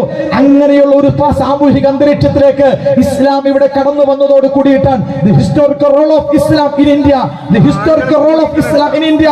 സഖാവ് M.N. റോയ് എന്ന് പറയുന്ന കമ്മ്യൂണിസ്റ്റ് ഇന്റർനാഷണൽ നേതൃത്വം നൽകിയ സഖാവ് ലെനിന്റെയൊക്കെ കൂടെ നിന്നുകൊണ്ട് ലോകത്തെ കമ്മ്യൂണിസ്റ്റ് ചിന്തകൾക്ക് നേതൃത്വം നൽകിയ ഇന്ത്യയിൽ അറിയപ്പെട്ട ഇടതുപക്ഷ ബുദ്ധിജീവി, അദ്ദേഹം എഴുതിയൊരു പുസ്തകമുണ്ട്. ആ പുസ്തകം ഇന്ന് മലയാളത്തിൽ പരിഭാഷ ചെയ്തിട്ടുണ്ട്. ഒരു വേള അത് വായിച്ചു നോക്കേണ്ടതുണ്ട്. ആ പുസ്തകത്തിൽ പറയുന്നത് the historical role of Islam in India എന്നതാണ്. ഇന്ത്യയിൽ ഇസ്ലാം നിർവഹിച്ച ചരിത്രപരമായ പങ്ക്.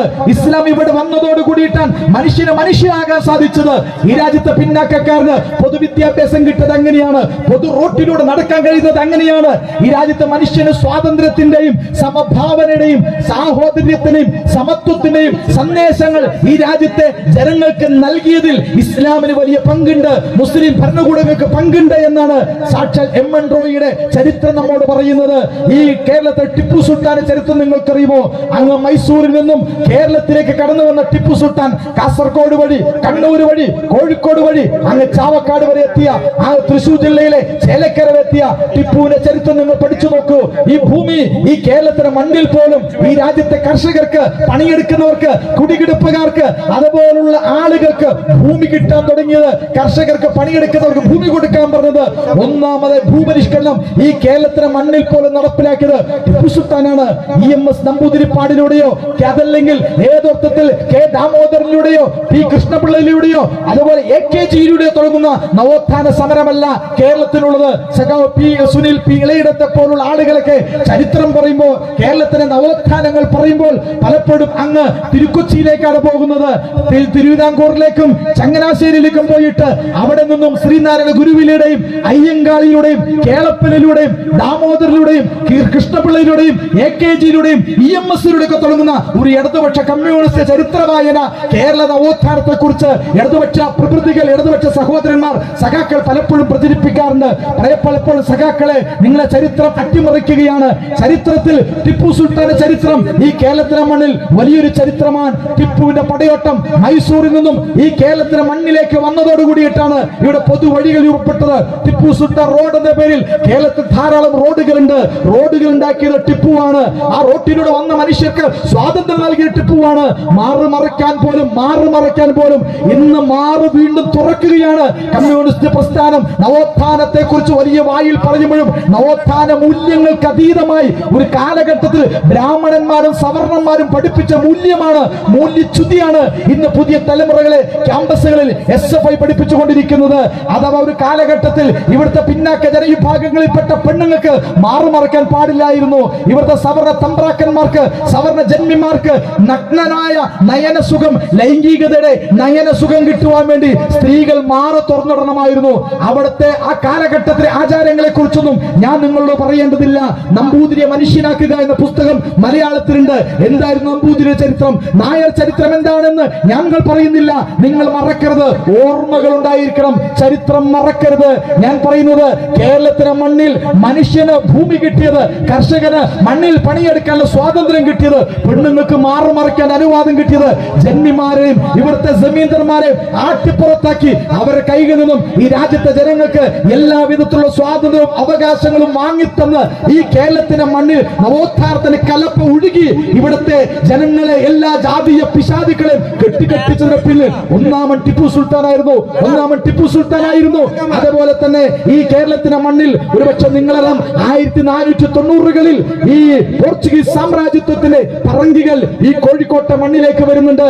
അങ്ങനെ ലോകത്തെ വെട്ടിപ്പിടിക്കാൻ, ലോകത്തെ കോളനിവൽക്കരിക്കുവാൻ സാമ്രാജ്യത്വത്തോട് തിട്ടൂരം വാങ്ങിച്ചുകൊണ്ട്, കത്തോലിക്ക പുരോഹിതന്റെ തിട്ടൂരം വാങ്ങിച്ചുകൊണ്ട് കേരളത്തിന്റെ മണ്ണിലേക്ക് വന്ന വാസ്കോ ഡ ഗാമ, ആ വാസ്കോ ഡ ഗാമയും അനുയായികളും കോഴിക്കോട്ടെ കാപ്പാട്ട് കപ്പലിറങ്ങിയിട്ട് അവിടെയുള്ള സാമൂതിരിയോട് പറഞ്ഞു, ഞങ്ങൾക്ക് കച്ചവടം ചെയ്യാൻ അനുവാദം നൽകണം. അങ്ങനെ പാവം സാമൂതിരി കച്ചവടം ചെയ്യാൻ സ്വാതന്ത്ര്യം കൊടുത്തു. പക്ഷേ കച്ചവടത്തിന്റെ മറവിൽ ആ നാട്ടിൽ ജനങ്ങളെ അടിച്ചമർത്തിയപ്പോൾ, ചൂഷണം ചെയ്തപ്പോൾ, കച്ചവടത്തിന്റെ എല്ലാ പേറ്റന്റും വാങ്ങിയെടുത്തപ്പോൾ, ചുങ്കം തരമെന്ന് പറഞ്ഞപ്പോൾ, അവിടെയാണ് പ്രിയമുള്ളവരെ ആ ഒറ്റ സാമൂതിരിയെ നശിപ്പിക്കാൻ ശ്രമിച്ച ആ ഭരണാധികാരിയുടെ മുമ്പിൽ നോക്കി നമ്മുടെ പൊന്നാനിയിലെ സൈനുദ്ദീൻ മഖ്ദൂം, അദ്ദേഹമാണ് പ്രിയമുള്ളവരെ കൊച്ചിയിലെ വർത്തക പ്രമാണിമാരായ കുഞ്ഞാലിമരക്കാരെ ആ കൊച്ചിയിൽ നിന്നും പൊന്നാനിയിലേക്കും കോഴിക്കോട്ടേക്കും വിളിച്ചു വരുത്തിയിട്ട് ഈ പറഞ്ഞ പറങ്കികളോട് പോരാടൂ. ചൂഷകരായ, അധിനിവേശക്കാരായ, കൊള്ളക്കാരായ അത് ഗാമയോട്, അവരുടെ അനുയായികള് നിങ്ങൾ ചെറുത്തു നിൽക്കണമെന്ന് പറഞ്ഞുകൊണ്ട് അങ്ങനെയാണ് കേരളത്തിലെ മണ്ണിൽ ആദ്യമായി പറങ്കികളോട് പോർച്ചുഗീസുകാരുടെ സ്വാതന്ത്ര്യ സമരം ഹിന്ദുക്കളും മുസ്ലിങ്ങളും ഒരുമിച്ച് ചേർന്ന് നടത്തിയ പോരാട്ടം. അതാണ് കേരളത്തിലെ ജിഹാദ്. കേരളത്തിലെ ജിഹാദ് കേരളത്തിന്റെ ചരിത്രത്തിൽ ഒന്നാമത്തെ സ്വാതന്ത്ര്യ സമര പോരാട്ടമായിരുന്നു ഈ കോഴിക്കോട്ടെ കാപ്പാട്ടയം. കോഴിക്കോട്ടെ സാക്ഷാൽ ചാലിയൻ കോട്ട പോലും പിടിച്ചടക്കി പറങ്കികളെ കെട്ടിക്കെട്ടിച്ച് പറങ്കികളെ ആട്ടിയോടിച്ച് വർഷങ്ങളോളം ഈ നാടിനെ പോർച്ചുഗീസ് അധിനിവേശത്തിൽ നിന്ന് കാത്തുരക്ഷിച്ചത് ഈ രാജ്യത്തെ മുസ്ലിം സമൂഹമായിരുന്നു, മുസ്ലിം പോരാളികളായിരുന്നു. കുഞ്ഞാലിമരക്കാർ 1, കുഞ്ഞാലിമരക്കാർ 2, കുഞ്ഞാലിമരക്കാർ 3, കുഞ്ഞാലിമരക്കാർ 4. ഇങ്ങനെ കുഞ്ഞാലിമരക്കാരുടെ ചരിത്രം പ്രിയമുള്ളവരെ ഈ പൊന്നാനിയുടെയും എടപ്പാളിന്റെയും അതുപോലത്തെ പരപ്പനങ്ങാടിയുടെയും തിരൂരിന്റെയും താനൂരിന്റെയും ബേപ്പൂരിന്റെയും കോഴിക്കോടിന്റെയും കാസർഗോഡിന്റെയും അങ്ങനെ കേരളത്തിന്റെ മണ്ണിൽ നടത്തിയ ഈ സ്വാതന്ത്ര്യ സമരത്തെ, ഈ പോരാട്ടത്തെ നിങ്ങൾ ഓർക്കേണ്ടതുണ്ട്. കേരളത്തിലെ കൊടുങ്ങല്ലൂരിന്റെ മണ്ണിൽ സാക്ഷാൽ മാലിക് ദീനാർ വരുന്നുണ്ട്, ഹബീബുർ മാലിക് വരുന്നുണ്ട്. അവർ വന്നപ്പോൾ കൊടുങ്ങല്ലൂരിന്റെ മണ്ണിലും ഉണ്ടായിരുന്നത് ഈ തൊട്ടുകൂടായ്മയായിരുന്നു, ജാതീയ സംസ്കാരമായിരുന്നു, മനുഷ്യനെ കാണാത്ത സംസ്കാരമായിരുന്നു. അവിടെയാണ് മനുഷ്യൻ ഒന്നാണ്, സമന്മാരാണെന്ന ഇസ്ലാമിന്റെ സമത്വ സിദ്ധാന്തം, ഇസ്ലാമിന്റെ മാനവിക സിദ്ധാന്തം, ഇസ്ലാമിന്റെ വിമോചന സിദ്ധാന്തം അത് കൊടുങ്ങല്ലൂരിന്റെ മണ്ണിൽ നിന്നും വടക്കോട്ട് പോയിട്ടുണ്ട്. ഇങ്ങനെ കേരളത്തിന്റെ നവോത്ഥാന ചരിത്രത്തിലും ഇസ്ലാമിന് വലിയ പങ്കുണ്ട്. ഞാൻ പറയുന്നത് കേരളത്തിൽ ഒരുപക്ഷെ ഈ പൊന്നാനിയുടെ മണ്ണിൽ ജീവിച്ച വെളിയങ്കോട്ട് ഉമ്മർ ഖാദി ഉണ്ടല്ലോ, ഇന്ന് വാര്യംകുന്നത്ത് കുഞ്ഞഹമ്മദ് ഹാജി ഇവിടുത്തെ സംഘപരിവാറിനെ സംബന്ധിച്ചിടത്തോളം ഇന്നും വല്ലാത്ത വെറുപ്പോട് അറപ്പോട് പേടിയോട് വീക്ഷിക്കുന്ന വാര്യംകുന്നത്ത് അഹമ്മദ് ഹാജി ഉണ്ട്. അദ്ദേഹത്തിന്റെ പേരിൽ ഒരു സിനിമ ഇറങ്ങിയപ്പോൾ കേരളത്തിന്റെ സാംസ്കാരിക മണ്ഡലം, കേരളത്തെ സംഘപരിവാർ മാനസികാവസ്ഥയുള്ള ഇടതുപക്ഷ പ്രൊഫൈലുകളടക്കം പേടിച്ച് വിറച്ച് മൂത്രമൊഴിച്ചെങ്കിൽ ആരാണ് വാര്യംകുന്നത്ത് കുഞ്ഞഹമ്മദ് ഹാജി എന്നറിയുമോ? പ്രിയമുള്ളവരെ, അങ്ങ് മഞ്ചേരിയിൽ നിന്നും മലപ്പുറത്തെ കോട്ടക്കുന്നിലേക്ക് കാളവണ്ടിയിൽ കയറ്റിയിട്ട് അദ്ദേഹത്തിന്റെ തലമുടി പറിച്ച്, താടി പറിച്ച്, മീശ പറിച്ച്, വലിച്ചടിച്ച് കയറിൽ കെട്ടി, ചങ്ങലിൽ കെട്ടി കൊണ്ടുവന്ന് അങ്ങനെ അദ്ദേഹത്തിന്റെ നെഞ്ചിൽ വെടിവെക്കാൻ ശ്രമിച്ച, ആ വെടിവെക്കാൻ കടന്നു വന്ന ബ്രിട്ടീഷ് സാമ്രാജ്യത്വത്തോട് കെട്ടഴിച്ചു വിടടോ, കെട്ടഴിച്ചു വിടടോ, എന്നെ നെഞ്ചിൽ വെടിവെക്കടോ എന്ന് ധീരമായി പറഞ്ഞ ഏതെങ്കിലും പഞ്ച് ഡയലോഗല്ല. നമ്മുടെ നാട്ടിലെ മൂന്നാംകടി സിനിമക്കാരൻ സുരേഷ് ഗോപിയെ പോലെ ക്യാമറയുടെ മുമ്പിൽ നിന്നുകൊണ്ട് ഏതെങ്കിലും അർത്ഥത്തിൽ കൃത്രിമമായ അഭിനയിക്കുന്ന ഒരു അഭിനയ വീരനായിരുന്നില്ല പ്രിയമുള്ളവരെ സാക്ഷാൽ വാര്യംകുന്നത്ത് കുഞ്ഞഹമ്മദ് ഹാജി. ആ വാര്യംകുന്നത്ത് കുഞ്ഞഹമ്മദ് ഹാജിയുടെ സിനിമയെ ഇവർ ഭയപ്പെടാൻ കാരണം ഈ വാര്യംകുന്നത്തിന്റെ ചരിത്രമെങ്ങാനും ഒരു സിനിമയായിട്ട് ദൃശ്യമാധ്യമങ്ങളിൽ വന്നാൽ, നമ്മുടെ സിനിമാ സംവിധാനങ്ങളിൽ വന്നാൽ, ഈ കേരളത്തിലെ പൊതുമണ്ഡലത്തിൽ വന്നാൽ, ഈ കേരളത്തിൽ മുസ്ലിം സമൂഹത്തിന്റെ പൂർവ്വഗാമികൾ നടത്തിയ സ്വാതന്ത്ര്യ സമരത്തിന്റെ ശക്തി കണ്ടുകൊണ്ട്, അവരുടെ ധീരത കണ്ടുകൊണ്ട്, അവരുടെ പോരാട്ട വീര്യം കണ്ടുകൊണ്ട്, അവരുടെ ഡയലോഗ് നാക്കും വാക്കിനപ്പുറം ഹൃദയത്തിനുള്ളിൽ നിന്നും വന്ന ആ ബ്രിട്ടീഷ് വിരുദ്ധ സമര പോരാട്ടം അലി മുസ്ലിയാരെ കണ്ടാൽ, അതുപോലെ വാര്യംകുന്നത്ത് കുഞ്ഞഹമ്മദ് ഹാജിയെ കണ്ടാൽ, വെളിയങ്കോട്ട് ഉമ്മർ ഖാദിയെ കണ്ടാൽ, ഈ മലബാറിന്റെ മണ്ണ് നിങ്ങൾക്കറിയുമോ?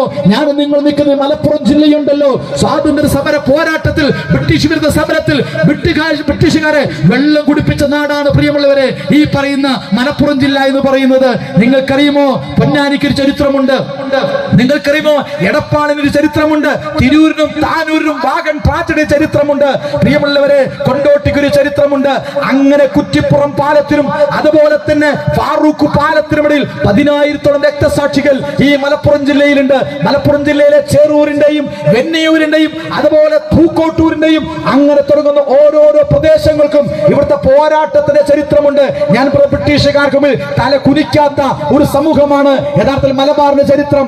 ഈ രൂപത്തിൽ സ്വാതന്ത്ര്യ സമര പോരാട്ട ചരിത്രമുള്ള അത്ര വിമോചന ശേഷിയുള്ള ഒരു സമൂഹമാണ് ഇസ്ലാമിക സമൂഹം. അതല്ലാതെ മുസ്ലിങ്ങൾ ഭീകരന്മാരായതുകൊണ്ടല്ല, മുസ്ലിങ്ങൾ തീവ്രവാദികളായതുകൊണ്ടല്ല. നിങ്ങളൊന്ന് ആലോചിച്ചു നോക്കൂ, ആരാണ് ലോകത്തെ ഭീകരന്മാർ? അമേരിക്കയാണോ? അതല്ല മുസ്ലിങ്ങളാണോ? ഇസ്രയേലാണോ? അതല്ല മുസ്ലിങ്ങളാണോ? RSS ആണോ? അതല്ല ജമാഅത്ത് ഇസ്ലാമിയാണോ? നിങ്ങൾ വസ്തുതാപരമായി പരിശോധിച്ചു നോക്കൂ. ലോകത്ത് ആയുധങ്ങൾ ഉണ്ടാക്കുന്നത് ആരാണ്? സൗദി അറേബ്യയിലാണോ? UAE-യിലാണോ? ഖത്തറിലാണോ? കുവൈറ്റിലാണോ? ബഹ്റൈനിലാണോ? ചൈനയിലാണോ, ഇന്തോനേഷ്യയിലാണോ, മലേഷ്യയിലാണോ? എവിടെയാണ് മുസ്ലിങ്ങൾ അധിവസിക്കുന്ന പ്രദേശത്ത് പ്രിയമുള്ളവരെ ഫോസ്ഫറസ് ബോംബുണ്ടോ, ആറ്റം ബോംബുണ്ടോ, ഹൈഡ്രജൻ ബോംബുണ്ടോ, ന്യൂക്ലിയർ ബോംബുണ്ടോ? ലോകത്ത് ബോംബ് കൃഷി ചെയ്യുന്നതാരാണ്? ലോകത്ത് ആയുധ കച്ചവടം ചെയ്യുന്നതാരാണ്? ലോകത്തെ സാമ്പത്തികമായി കൊള്ളയടിക്കുന്നതാരാണ്? മുസ്ലിങ്ങളാണോ? ലോകത്തെ രാഷ്ട്രീയമായി അധിനിവേശം ചെയ്തതാരാണ്? മുസ്ലിങ്ങളാണോ? ലോകത്ത് പ്രകൃതിയെ തകർക്കുന്ന, പരിസ്ഥിതിയെ തകർക്കുന്നതാരാണ്? മുസ്ലിങ്ങളാണോ? ലോകത്തെ അശ്ലീലതകൾ, ആഭാസങ്ങൾ ഉൽപ്പാദിപ്പിക്കുന്നതാരാണ്? മുസ്ലിങ്ങളാണോ? എയ്ഡ്സ് എവിടെയാണ്? എബോള എവിടെയാണ്? ഉഷ്ണപ്പുണ്ണ് എവിടെയാണ്? സിഫിലിസ് എവിടെയാണ്? ഗുഹ്യരോഗങ്ങൾ എവിടെയാണ്? കുടുംബം തകർന്നത് എവിടെയാണ്? ഫാമിലി തകർന്നത് എവിടെയാണ്? സൗദി അറേബ്യയിലാണോ, UAE-യിലാണോ, ഖത്തറിലാണോ, കുവൈറ്റിലാണോ, ഇന്തോനേഷ്യയിലാണോ, മലേഷ്യയിലാണോ? അല്ല കൂട്ടരെ, അവിടെ ഭീകരതയില്ല, അവിടെ കലാപങ്ങളില്ല, അവിടെ ബോംബുകളില്ല, അവിടെ ആയുധങ്ങളില്ല, അവിടെ എയ്ഡ്സ് ഇല്ല, അവിടെ കുടുംബജീവിതമുണ്ട്, സദാചാരമുണ്ട്, അവിടെ കേളുകളില്ല, അവിടെ ക്ലബ് സംസ്കാരമില്ല, അവിടെ സ്വർഗ ഭോഗികളില്ല, സ്വർഗാനുരാഗികളില്ല, സഡോമികളില്ല, ലെസ്ബിയാനികളില്ല, ഗേ ഇല്ല, LGBTQ എന്നൊക്കെ പറഞ്ഞ ആഭാസ വൃത്തികേടുകൾ ഇസ്ലാമിക ലോകത്തില്ല. ഇസ്ലാമിക ലോകത്ത് വിശുദ്ധമായ കുടുംബമാണുള്ളത്. മാതാപിതാക്കൾ ആദരിക്കപ്പെടുകയാണ്. മദ്യപിക്കാത്ത ഒരു സമൂഹമാണ്, വ്യഭിചരിക്കാത്ത ഒരു സമൂഹമാണ്, ചൂതാട്ടത്തിന് ഏർപ്പെടാത്ത ഒരു സമൂഹമാണ്, സക്കാത്ത് കൊടുക്കുന്ന ഒരു സമൂഹമാണ്. അതുകൊണ്ട് ലോകത്ത് യഥാർത്ഥത്തിൽ മനുഷ്യന് നന്മ പ്രദാനം ചെയ്യുന്ന, നീതി ഉദ്ഘോഷിക്കുന്ന, ധർമ്മം പ്രചരിപ്പിക്കുന്ന ഒരു സമൂഹം ലോകത്ത് ഇസ്ലാമാണ്. ഇന്ത്യയിൽ പോലും ഇസ്ലാമിനെ എന്തിനു നിങ്ങൾ വെറുക്കണം? ഇസ്ലാം ലോകത്തെ പഠിപ്പിക്കുന്ന ഒന്നാമത്തെ പാഠം തൗഹീദാണ്. തൗഹീദ് എന്ന് പറഞ്ഞാൽ ലോകത്തൊരു സൃഷ്ടാവേ ഉള്ളൂ, ഒരു ദൈവമേ ഉള്ളൂ, ഒരുപാട് ദൈവങ്ങളില്ല. ആ ദൈവത്തിന് സൃഷ്ടികളാണ് മുഴുവൻ മനുഷ്യരും. ദൈവത്തിന്റെ തലയിൽ നിന്നും ആരും വന്നിട്ടില്ല, ദൈവത്തിന്റെ തലയിൽ നിന്നും ബ്രാഹ്മണൻ വന്നിട്ടില്ല, ദൈവത്തിന്റെ ഉടലിൽ നിന്നും ശൂദ്രം വന്നിട്ടില്ല, ദൈവത്തിന്റെ അരഭാഗത്തു നിന്നും വൈശ്യം വന്നിട്ടില്ല, ശൂദ്രം വന്നിട്ടില്ല, ദൈവത്തിന്റെ കാലിൽ നിന്നും ശൂദ്രം വന്നിട്ടില്ല. ദൈവത്തിന്റെ വിരാട് പുരുഷന്റെ കാലിന്റെ പുറത്തു നിന്നും വന്നവരാണ്. ഇവിടുത്തെ പറയനും പുറയനും ഈഴവനെന്നും വിശ്വസിക്കുന്നില്ല. ദൈവത്തിന് അങ്ങനെ വർണ്ണവെറിയില്ല, ദൈവം വംശവെറി ഉണ്ടാക്കിയിട്ടില്ല, ദൈവം സവർണനെയും അവർണനെ ഉണ്ടാക്കിയിട്ടില്ല. മനുഷ്യരെല്ലാവരും ഒന്നാണ്, ദൈവം ഒന്നേ ഉള്ളൂ. ഈശ്വരൻ എന്ന് പറയുന്നത്, അള്ളാഹു എന്ന് പറയുന്നത്, യഹോവ എന്ന് പറയുന്നത് എല്ലാം ഒന്നാണ്. ഈ ലോകത്ത് ഹിന്ദുവും മുസ്ലിമും ക്രിസ്ത്യാനിയും ഈ പ്രപഞ്ചത്തെ സൃഷ്ടിച്ച ഒരു ദൈവമേ ഉള്ളൂ. ഇതാണ് ഇസ്ലാമിന്റെ അധ്യാപനം. ഈ അധ്യാപനം ഭീകരമാണോ? ഈ അധ്യാപനം പ്രശ്നമാണോ? ഈ അധ്യാപനത്തിൽ ഇവരെല്ലാവരും ഭയപ്പെടുന്നു. RSSന് പേടി. ഈ അധ്യാപനമാണ്. ഈ ലോകത്തെ സൃഷ്ടിച്ചൊരൊറ്റ ദൈവമേ ഉള്ളൂ. ആ ദൈവത്തിന്റെ അടിമകളാണ് മുഴുവൻ മനുഷ്യരും. ഞാൻ ചോദിക്കുന്നു ഈ രാജ്യത്തെ ജനങ്ങളോട്, ഈ രാജ്യത്ത് ഇന്ത്യയുടെ ഭൂപടം എന്ന് പറയുന്നത് അങ്ങ് കശ്മീർ മുതൽ കേരളം വരെ നിങ്ങൾ പരിശോധിച്ചു നോക്കൂ. നിങ്ങൾക്കൊരു പൂണൂല് കാണാം. പൂണൂലൊരു പക്ഷേ രാജ്യത്തിന്റെ ഭൂപടത്തിൽ കാണില്ല. പക്ഷേ ഇന്ത്യ രാജ്യത്തിന്റെ പാർലമെന്റുകൾ ചെന്ന് നോക്ക്, നിയമസഭകൾ നോക്ക്, കോടതികൾ നോക്ക്, ജഡ്ജിമാരെ നോക്ക്, IAS ഉദ്യോഗസ്ഥന്മാരെ നോക്ക്, IPSകാരെ നോക്ക്, IFSകാരെ നോക്ക്, ഉന്നത ഉദ്യോഗ തലങ്ങളെ നോക്ക്. നിങ്ങൾക്ക് കാണാം ഈ രാജ്യത്തെ സവർണ ജനവിഭാഗങ്ങളുടെ കൈകളിലാണ് ഈ രാജ്യത്തെ പാർലമെന്റ്, അവരുടെ കൈകളിലാണ് രാജ്യത്തെ നിയമസഭ, അവരുടെ കൈകളിലാണ് IASും IPSും IFSും, അവരുടെ കൈകളിലാണ് ഉന്നത ഉദ്യോഗ മേഖലകളെല്ലാം. അവരാണ് കളക്ടർമാർ, അവരാണ് എഞ്ചിനീയർമാർ, അവരാണ് ഉന്നതമായ വിദ്യാഭ്യാസമുള്ളവർ. ഇവിടുത്തെ പറയനും പുലയനും ദലിതനും ഒക്കെ നിങ്ങൾ ജമ്മുതാബി, ഈ കന്യാകുമാരി മുതൽ കശ്മീർ പോയവർ നിങ്ങൾക്ക് ഇസ്ലാമാണോ? ഇസ്ലാമല്ല. ആരാണെന്ന് തിരിച്ചറിയാൻ നിങ്ങൾക്ക് കഴിവില്ലെങ്കിൽ അവരുടെ പ്രചരണങ്ങൾ കേട്ടുകൊണ്ട് നിങ്ങൾ മുസ്ലിം വിരുദ്ധ രാഷ്ട്രീയം സ്വീകരിച്ചാൽ അതിന് അപകടം പ്രിയമുള്ളവർ നിങ്ങൾ തന്നെ അനുഭവിക്കും. നിങ്ങൾ ക്ഷേത്രത്തിൽ വരാൻ പാടില്ല, ക്ഷേത്രത്തിനകത്തല്ല, ക്ഷേത്രത്തിന് പുറത്തുള്ള റോട്ടിലൂടെ പോലും നടക്കാൻ പാടില്ല. നിങ്ങൾക്കറിയുമോ പാലിയം സമരത്തെ കുറിച്ച്? നിങ്ങൾക്കറിയുമോ വൈക്കം സത്യാഗ്രഹത്തെ കുറിച്ച്? നിങ്ങൾക്കറിയുമോ ഗുരുവായൂർ സത്യാഗ്രഹത്തെ കുറിച്ച്? നിങ്ങൾക്കറിയുമോ ക്ഷേത്രപ്രവേശന വിളംബരം എന്താണെന്ന്? ക്ഷേത്രപ്രവേശന വിളംബരം എന്താണ് നിങ്ങൾക്കറിയുമോ? അങ്ങ് തിരുവനന്തപുരത്ത് ശ്രീ പത്മനാഭ ക്ഷേത്രത്തിൽ നിലവറ നമ്പർ 1, നിലവറ നമ്പർ 2, നിലവറ നമ്പർ 3, നിലവറ 1ലും നിലവറ 2ലും നിലവറ 3ലും ഒക്കെ സ്വർണത്തിന്റെ ഒരുപാട് ഖജനാവുകൾ കേന്ദ്രീകരിച്ചിട്ടുണ്ട്. ആരുടെ സ്വത്താണത്? ആരാണ് അവിടെ കൊണ്ടുപോയി വെച്ചിട്ടുള്ളത്? ആരുടെ കൈകളിലാണ് ഈ ക്ഷേത്ര സ്വത്തുകളുള്ളത്? ഞാൻ പറയുന്നത് ഇത് തിരിച്ചറിയാനുള്ള ബുദ്ധി ബോധം. ചരിത്ര ബുദ്ധൻ എന്ത് സംഭവിച്ചു നിങ്ങൾക്കറിയോ? ചരിത്ര ജൈനൻ എന്ത് സംഭവിച്ചു എന്നറിയോ? ബുദ്ധവിഹാരങ്ങൾ എന്ത് പറ്റിയെന്ന് നിങ്ങൾക്കറിയുമോ? അതുകൊണ്ട് ചരിത്രം നിങ്ങൾ മറക്കരുത്. ചരിത്ര ബുദ്ധമതത്തിൽ ഇല്ലാതാക്കിയവർ, ചരിത്രത്തിൽ ജൈനമതത്തെ ഇല്ലാതാക്കിയവർ, ചരിത്ര ദ്രാവിഡ സമൂഹം, ഈ രാജ്യത്തെ ആദിമ സമൂഹം എന്ന് പറയുന്നത്, സിന്ധു നദീതടം എന്ന് പറയുന്നത്, മോഹൻജദാരോ, ഹാരപ്പ നാഗരികതയുടെ ചരിത്രം നിങ്ങൾക്കറിയുമോ? ഈ രാജ്യത്തെ ദ്രാവിഡ ജനവിഭാഗങ്ങളെ ആട്ടിയോടിച്ചവരാരാണ്? അവരാണ് ഈ രാജ്യം ഭരിച്ചുകൊണ്ടിരിക്കുന്നവര്. അവരുടെ പ്രത്യയശാസ്ത്രമാണ് പശു എന്ന് പറയുന്നത്. ഗോ ബ്രാഹ്മണേഭ്യ സുഖമസ്തു നിത്യം ലോക സമസ്ത സുഖിനോ ഭവന്തു. ഇത് തിരിച്ചറിയാൻ ശേഷിയില്ലെങ്കിൽ നിങ്ങൾ ചരിത്രത്തിൽ പരാജയപ്പെടും. ഞങ്ങൾക്കറിയാം, ഇസ്ലാമിക സമൂഹത്തിനറിയാം. അതുകൊണ്ട് ഇസ്ലാമിക സമൂഹം ഈ സവർണ സംസ്കാരത്തെ ഒരിക്കലും വിട്ടുവീഴ്ച ചെയ്യുകയില്ല. ഈ സവർണ ബ്രാഹ്മണ്യത്തിന്റെ നിയമങ്ങളെ ഞങ്ങൾ അംഗീകരിക്കില്ല. ഞങ്ങൾ വിശ്വസിക്കുന്ന ദൈവം ഒരു ദൈവമേ ഉള്ളൂ. ഞങ്ങൾ വിശ്വസിക്കുന്ന മനുഷ്യർ ഒരൊറ്റ മനുഷ്യരുള്ളൂ. മനുഷ്യരെല്ലാവരും ചീർപ്പിന്റെ പല്ലുകൾ പോലെ സമന്മാരാണ്. വെളുത്തവന് കറുത്തവനേക്കാളോ, കറുത്തവന് വെളുത്തവനേക്കാളോ ഒരു മഹത്വമില്ല. അറബിക്ക് അനറബിയേക്കാളോ, അനറബിക്ക് അറബിയേക്കാളോ ഒരു മഹത്വമില്ല. മനുഷ്യരെല്ലാവരും ഒന്നാണ്. അതുകൊണ്ട് ജാതീയതയില്ല, തൊട്ടുകൂടായ്മയില്ല, തീണ്ടലില്ല. എല്ലാവർക്കും സ്വാതന്ത്ര്യം വേണം, എല്ലാവർക്കും അവകാശം വേണം. ഇതാണ് ഇസ്ലാമിന്റെ കാഴ്ചപ്പാട്. ഇസ്ലാമിന്റെ ഓരോരോ കാഴ്ചപ്പാട്. സ്ത്രീകളെ കുറിച്ച് നിങ്ങൾ എന്താ പ്രചരിപ്പിച്ചത്? പെൺകുട്ടികളെ കുറിച്ച് നിങ്ങൾ എന്താ പ്രചരിപ്പിച്ചത്? ഇസ്ലാമിന്റെ സംസ്കാരം, ഇസ്ലാമിന് കൃത്യമായ ഒരു സംസ്കാരമുണ്ട്. ആ സംസ്കാരത്തിൽ ഇസ്ലാമിക സമൂഹത്തിലെ സ്ത്രീകൾ സ്വതന്ത്രരാണ്. അവർ ഹിജാബ് ധരിച്ചിട്ടുണ്ട്. മുസ്ലിം പെണ്ണിനെ കുറിച്ചുള്ള കാഴ്ചപ്പാട്, അവളെ ഉടല് പബ്ലിക് സ്വത്തല്ല, പൊതു സ്വത്തല്ല. സ്ത്രീകളുടെ സൗന്ദര്യം കച്ചവട ചരക്കല്ല. അതുകൊണ്ട് അവർ കാൾഗേളുകളാക്കാൻ ഞങ്ങൾ സമ്മതിക്കാറില്ല. പ്രിയമുള്ളവരെ, വെപ്പാട്ടിയുടെ ജീവിതം ഞങ്ങൾ അനുവദിക്കാറില്ല. വേശ്യാവൃത്തിയിലൂടെ പൈസ സമ്പാദിക്കാൻ ഞങ്ങൾ സമ്മതിക്കാറില്ല. കുടുംബ ജീവിതത്തിന്റെ ധാർമ്മികതയിൽ ജീവിക്കുന്നവരാണ് മുസ്ലിം സ്ത്രീകൾ എന്ന് പറയുന്നത്. അതുകൊണ്ട് മുസ്ലിം സ്ത്രീയുടെ സൗന്ദര്യം, പ്രിയമുള്ളവരെ, പൊതു വസ്തുവല്ല. അത് പ്രകടിപ്പിക്കില്ല, അത് മറച്ചുവെക്കും. അതുകൊണ്ട് മുസ്ലിം സ്ത്രീ തന്റെ ഭർത്താവിന് മുന്നിൽ മാത്രമാണ് തന്റെ സൗന്ദര്യം പ്രകടിപ്പിക്കുകയുള്ളൂ. അതിനപ്പുറം തന്റെ സൗന്ദര്യം പൊതുമണ്ഡലത്തിൽ പ്രകടിപ്പിക്കാനും ശരീരം പ്രദർശിപ്പിക്കാനും, അങ്ങനെ പട്ടി പ്രദർശനത്തെ പോലെ പെണ്ണ് പ്രദർശനവും സൗന്ദര്യ മത്സരവും ചുംബന മത്സരവും ഒന്നും ഇസ്ലാമിക സംസ്കൃതിയിലില്ല. ഇസ്ലാമിന് ഉന്നതമായ ഒരു സംസ്കാരമുണ്ട്. ആ സംസ്കാരത്തിൽ കത്തിവെക്കുവാൻ സംഘപരിവാറിനപ്പുറം ഇപ്പോൾ ഇടതുപക്ഷം പോലും ശ്രമിച്ചുകൊണ്ടിരിക്കുകയാണ്. ഇടതുപക്ഷ രാഷ്ട്രീയക്കാരോട് ഞങ്ങൾക്ക് പറയുവാനുള്ളത്, നിങ്ങൾ ദാസ്യാപ്പിറ്റ് നിങ്ങൾ എന്തു ചെയ്തു?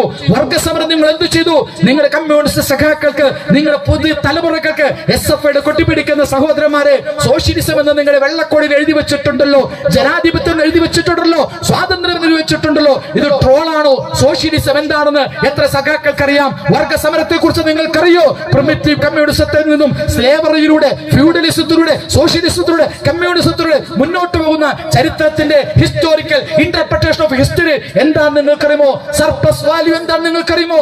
മാർക്സിന്റെയും ലെനിന്റെയും കൃതികളെ കുറിച്ച് നിങ്ങൾക്കറിയോ? നിങ്ങൾക്കറിയില്ല. നിങ്ങളുടെ കൈകളിൽ ദാസ്യാപ്പിറ്റൽ ഇല്ല, മാർക്സിസ്റ്റ് മാനിഫെസ്റ്റോ ഇല്ല, കമ്മ്യൂണിസ്റ്റ് മാനിഫെസ്റ്റോ ഇല്ല. അത് പറയാനോ പഠിപ്പിക്കാനോ നിങ്ങളുടെ സഖാക്കൾക്ക് കഴിയില്ല. ചരിത്രത്തിന്റെ ചവറ്റുകൊട്ടയിലേക്ക് നിങ്ങളുടെ ദർശനവും പ്രത്യയശാസ്ത്രവും എല്ലാം വലിച്ചെറിയപ്പെട്ടിരിക്കുന്നു. അതുകൊണ്ട് നിങ്ങളിപ്പോൾ കയ്യിലെടുത്തിട്ടുള്ളത് മുതലാളിത്തത്തിന്റെ ജീർണിച്ച, അവർ വലിച്ചെറിഞ്ഞ കുപ്പത്തൊട്ടിലെറിഞ്ഞ അവരുടെ സാംസ്കാരിക വൈകൃതങ്ങളെ ഏതോർത്ഥത്തിൽ യൂറോപ്യൻ നാടുകളിൽ, അമേരിക്കയിൽ, ബ്രിട്ടനിൽ, തായ്ലൻഡിൽ, തായ്വാനിൽ, അങ്ങനെ ഹോങ്കോങ്ങിൽ, അങ്ങനെ അവിടങ്ങളിലെ ജീർണിച്ച സംസ്കാരം, അവരുടെ കുടുംബത്തെ തകർത്ത, സദാചാരത്തെ തകർത്ത, ധാർമ്മികത തകർത്ത, അവസാനം അവർ വലിച്ചെറിഞ്ഞ കുപ്പത്തൊട്ടിയിലേക്ക് വലിച്ചെറിഞ്ഞ വേസ്റ്റ് കുപ്പി എടുത്തുകൊണ്ട്, പ്രിയമുള്ളവരെ, നമ്മുടെ കുട്ടികളെ പഠിപ്പിക്കുകയാണ്. അതാണ് ജെൻഡർ ന്യൂട്രാലിറ്റി എന്ന് പറയുന്നത്. ആണും പെണ്ണും ഏതാണെന്ന് വേർതിരിച്ചറിയാത്ത, പെണ്ണിന്റെ വസ്ത്രം അഴിക്കുന്ന സ്വതന്ത്ര ലൈംഗികതയെ കുറിച്ച്, ഉദാര ലൈംഗികതയെ കുറിച്ച് ക്ലാസുകൾ എടുക്കുകയാണ്.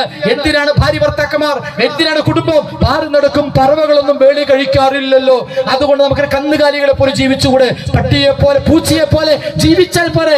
അങ്ങനെ മനുഷ്യനെ മൃഗങ്ങളാക്കുന്ന കാറ്റലിസത്തിന്റെ, കഞ്ചാവിസത്തിന്റെ, കാറ്റലിസം മാത്രമല്ല, കഞ്ചാവിസം ചുണ്ടിൽ പുകക്കുന്ന കഞ്ചാവ് മാത്രമല്ല, തലച്ചോറിൽ കഞ്ചാവിസം അടിച്ചു കയറ്റുകയാണ് പുതിയ SFI കുട്ടികൾ എന്ന് പറയേണ്ടി വരുന്നു. നവലിബറലിസത്തിന്റെ പുതിയ തലമുറയെ എല്ലാ കെട്ടുപാടുകളിൽ നിന്നും ഒഴിവാക്കിക്കൊണ്ട്, ധാർമ്മിക മൂല്യങ്ങൾ ഒഴിവാക്കിക്കൊണ്ട്, സെക്സ് വിത്തൗട്ട് ഷെയിം, ഒരു ലജ്ജയും വേണ്ടോ, തുറന്ന ലൈംഗികതയാകാം, ആർക്കും ആരുമായി പ്രണയിക്കാം, പ്രണയിക്കൂ, പ്രേമിക്കൂ, സ്വതന്ത്രമായി ബന്ധപ്പെടൂ, ചുംബിക്കൂ. ചുംബന സമരത്തിന്റെ അങ്ങനെ ഒരു തുറന്ന കാളച്ചന്തയായി നമ്മുടെ നാടിന് ചുവന്ന തെരുവിന്റെ സംസ്കാരം, മഞ്ഞ പത്രങ്ങളുടെ സംസ്കാരം, നീല സിനിമകളുടെ സംസ്കാരം പുതിയ തലമുറയെ മനോരോഗികളാക്കി അത്തരം സാംസ്കാരികമായി വൈകൃതങ്ങൾക്ക് വിട്ടുകൊടുക്കുവാൻ ഇന്ന് ഇടതുപക്ഷ രാഷ്ട്രീയം പോലും അവരുടെ തലമുറയെ പ്രേരിപ്പിച്ചുകൊണ്ടിരിക്കുകയാണ്. ഞാൻ അവസാനിപ്പിക്കുകയാണ്. ഞാൻ പറയുന്നത്, നമ്മുടെ രാജ്യത്തെ പുതിയ തലമുറ അനുഭവിച്ചുകൊണ്ടിരിക്കുന്ന രാഷ്ട്രീയ അടിമത്വത്തെ, സംഘപരിവാര അടിമത്വത്തെ, സവർണ സംസ്കാരത്തെ, ബ്രാഹ്മണ്യ സംസ്കാരത്തെ ചോദ്യം ചെയ്യാൻ കഴിയുന്ന ഒരു ആദർശമാണ് ഇസ്ലാം.